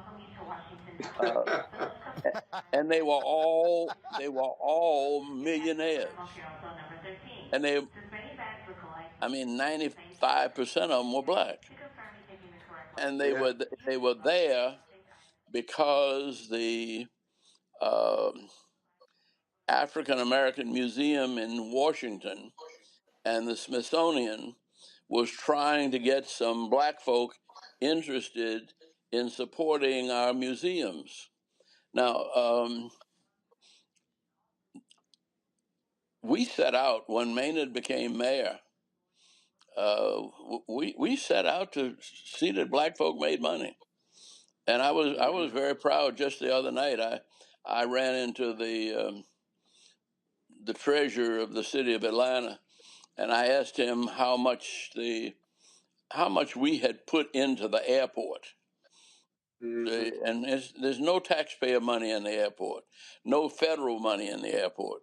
We went to Wall Street and got money, and it was about $18 billion between 70 and 1974 when we first went and the present. But that airport generated $66 billion worth of wealth last year. And about 30-some% of every year, at least 30, 31, 35% was put through black businesses. And so we're coming along. Now, the problem is that when we conceived of that airport, we were just about 1 million black folk, about 1 million folk in Atlanta. We now have over 7 million. And we're growing so fast that it scares me. But it's hard to keep us together and organized. And I think that's why we appreciate your television and why I always try to come on Roland Martin's show, because I wish we'd had something like this in the 60s. Well, that's exactly why we created to create the opportunities for this next generation. Robert Patillo, your question, then Larry, and then we'll close it out with the ambassador. Robert Patillo, go ahead. Thank you so much, Ambassador Young, for joining us and providing us the wisdom that you have. Can you talk a little bit about that intersection between the entertainers and the activists as it was during the movement? Because now I think that we have a lot of people in the entertainment industry who see activism as almost a resume builder, something you're supposed to do but they're not passionate about. Can you talk about how the entertainers of that generation were really entrenched in the movement and were really activists who happen to be entertainers instead of entertainers who happen to be doing activism? Well, it's hard to judge because for an entertainer to leave Los Angeles and show up in Selma, never having been in the South, he was taking his life in his hands. And I remember one who, there were 3 or 4 in Selma, and we had put up a stage in a field before we marched into Montgomery, and one of the rocks wasn't balanced, and the stage made a big noise when it leveled itself, and one of the entertainers, and I won't say who, took off across the field, and we never saw him again. And it was scary if you've never been there, because that night, at least 3 people got killed. And so it was nothing to play with. And I don't think Harry, well, I noticed as he approached his final days, he wasn't the least bit interested in carrying on any further. He made 96 years, and he gave himself from, sun up to sundown and early in the morning. And it it was a hard life, but it was a good life. And people like Mahalia Jackson and oh, they all of the stars of that time found time to Bill Withers.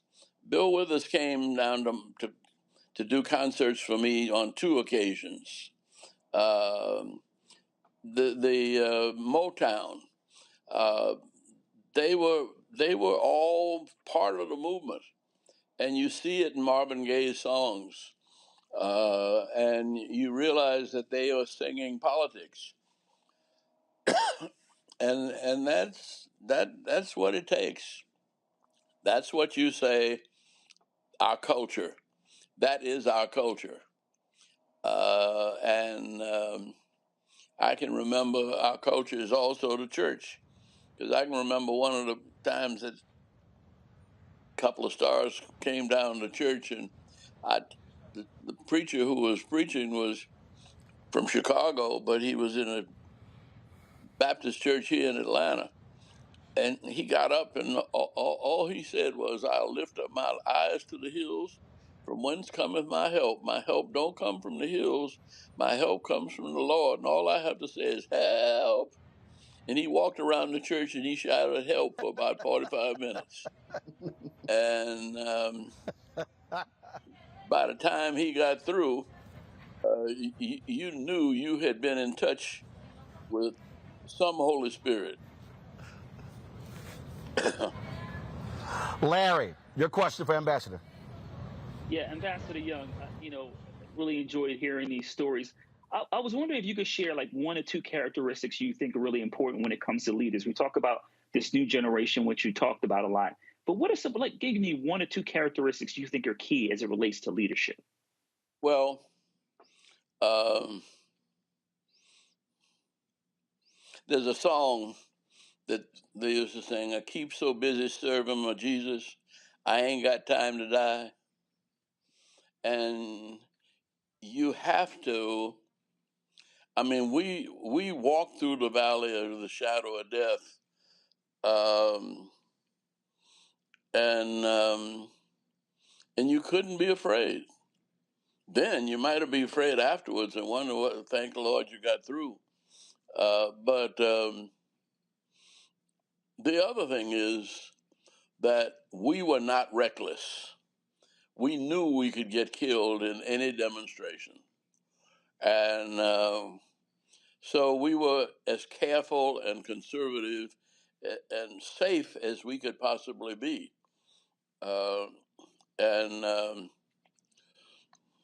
But it's consistent. The other thing is, and this was true of Bevel and Diane Nash and James Lawson in Nashville. They got Gandhi's books, and they got up at 6 o'clock in the morning and had a workshop for the Nashville sit-in movement. And Bernard Lafayette, who's now in Tuskegee, but I mean, it was not something you could do in a moment's notice. We role played, and we tried to find ways to. We knew the dangers, and we tried to find ways to go through the valley of the shadow of death and fear no evil. Well, Ambassador, the one thing that we are appreciative of, we are thankful, and I can say this for all the panelists as well. We are absolutely thankful for Harry Belafonte, what he did all these years. We're thankful for what you have done and continue to do. And when you talked about, needing a platform, wishing you had a platform then, this is why we created this, because I've always said we must tell our own story, control our own narrative, and be willing to speak truth to power when other folks don't like it. And so that's why black-owned media is important. Let me say that. And so we thank you. Yes, I kind go of ahead. don't like that phrase, speak truth to power. Which phrase? That phrase. Because we are the power. Well, when we speak in truth to power, we got to get the truth down ourselves and be willing to be courageous enough to face the truth and run the risk to shine the light on the lies. It's just, well, I'll tell you what, you're absolutely, we are the power. We also have to remind our folk of what our power is if we're willing to use it. well, yeah. Now the other thing is, and I don't know about that.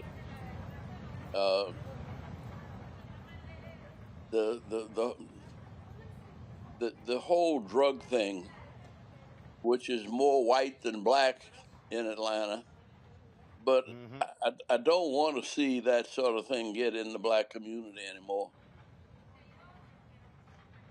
And I don't know.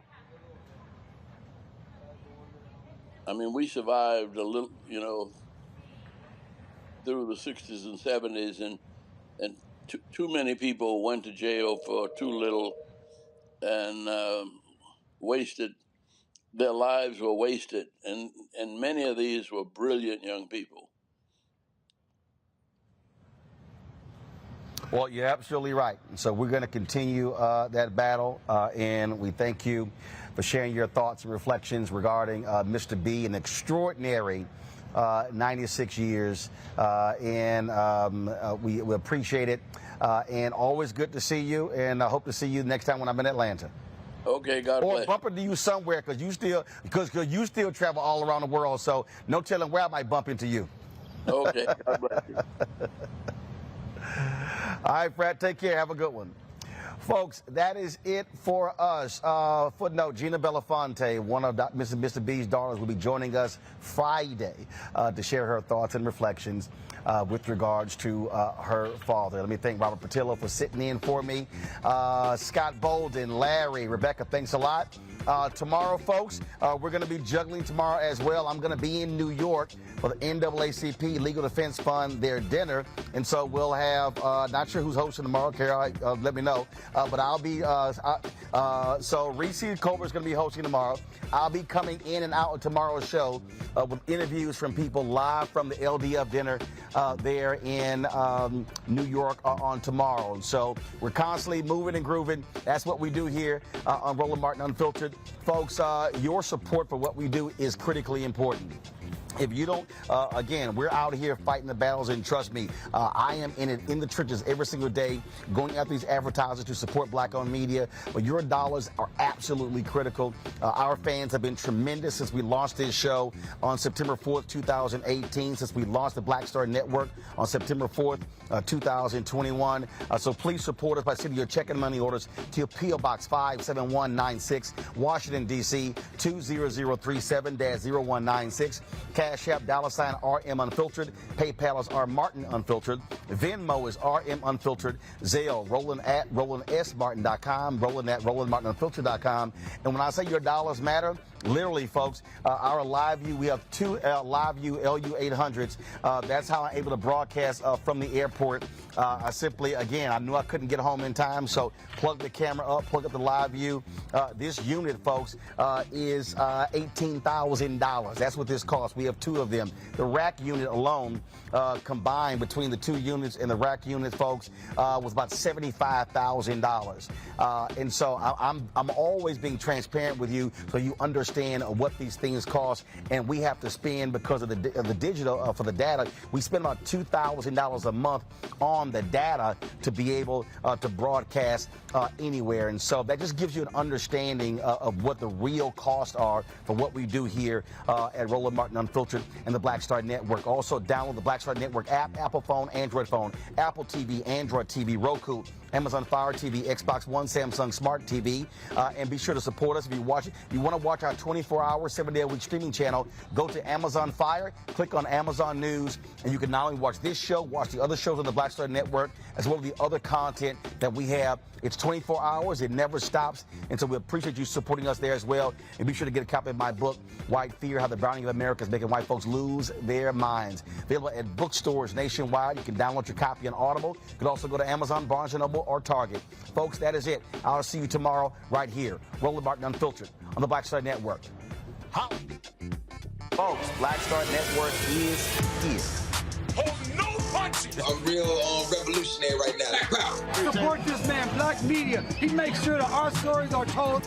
Thank you for being the voice of Black America, Roland. Stay black. I love y'all. All momentum we have now, we have to keep this going. The video looks phenomenal. See, this difference between Black Star Network and Black-owned media and something like CNN. You can't be Black-owned media and be scared. It's time to be smart. Bring your eyeballs home. You dig? Pull up a chair. Take your seat. The Black Tape with me, Dr. Greg Carr, here on the Black Star Network. Every week, we'll take a deeper dive into the world we're living in. Join the conversation only on the Black Star Network. Hi, I'm Dr. Jackie Hood Martin, and I have a question for you. Ever feel as if your life is teetering and the weight and pressure of the world is consistently on your shoulders? Well, let me tell you, living a balanced life isn't easy. Join me each Tuesday on Black Star Network for A Balanced Life with Dr. Jackie. We're all impacted by the culture, whether we know it or not. From politics to music and entertainment, it's a huge part of our lives, and we're going to talk about it every day right here on The Culture with me, Faraji Muhammad, only on the Black Star Network. I'm Deborah Owens, America's Wealth Coach, and my new show, Get Wealthy, focuses on the things that your financial advisor and bank isn't telling you, but you absolutely need to know. So watch Get Wealthy on the Black Star Network.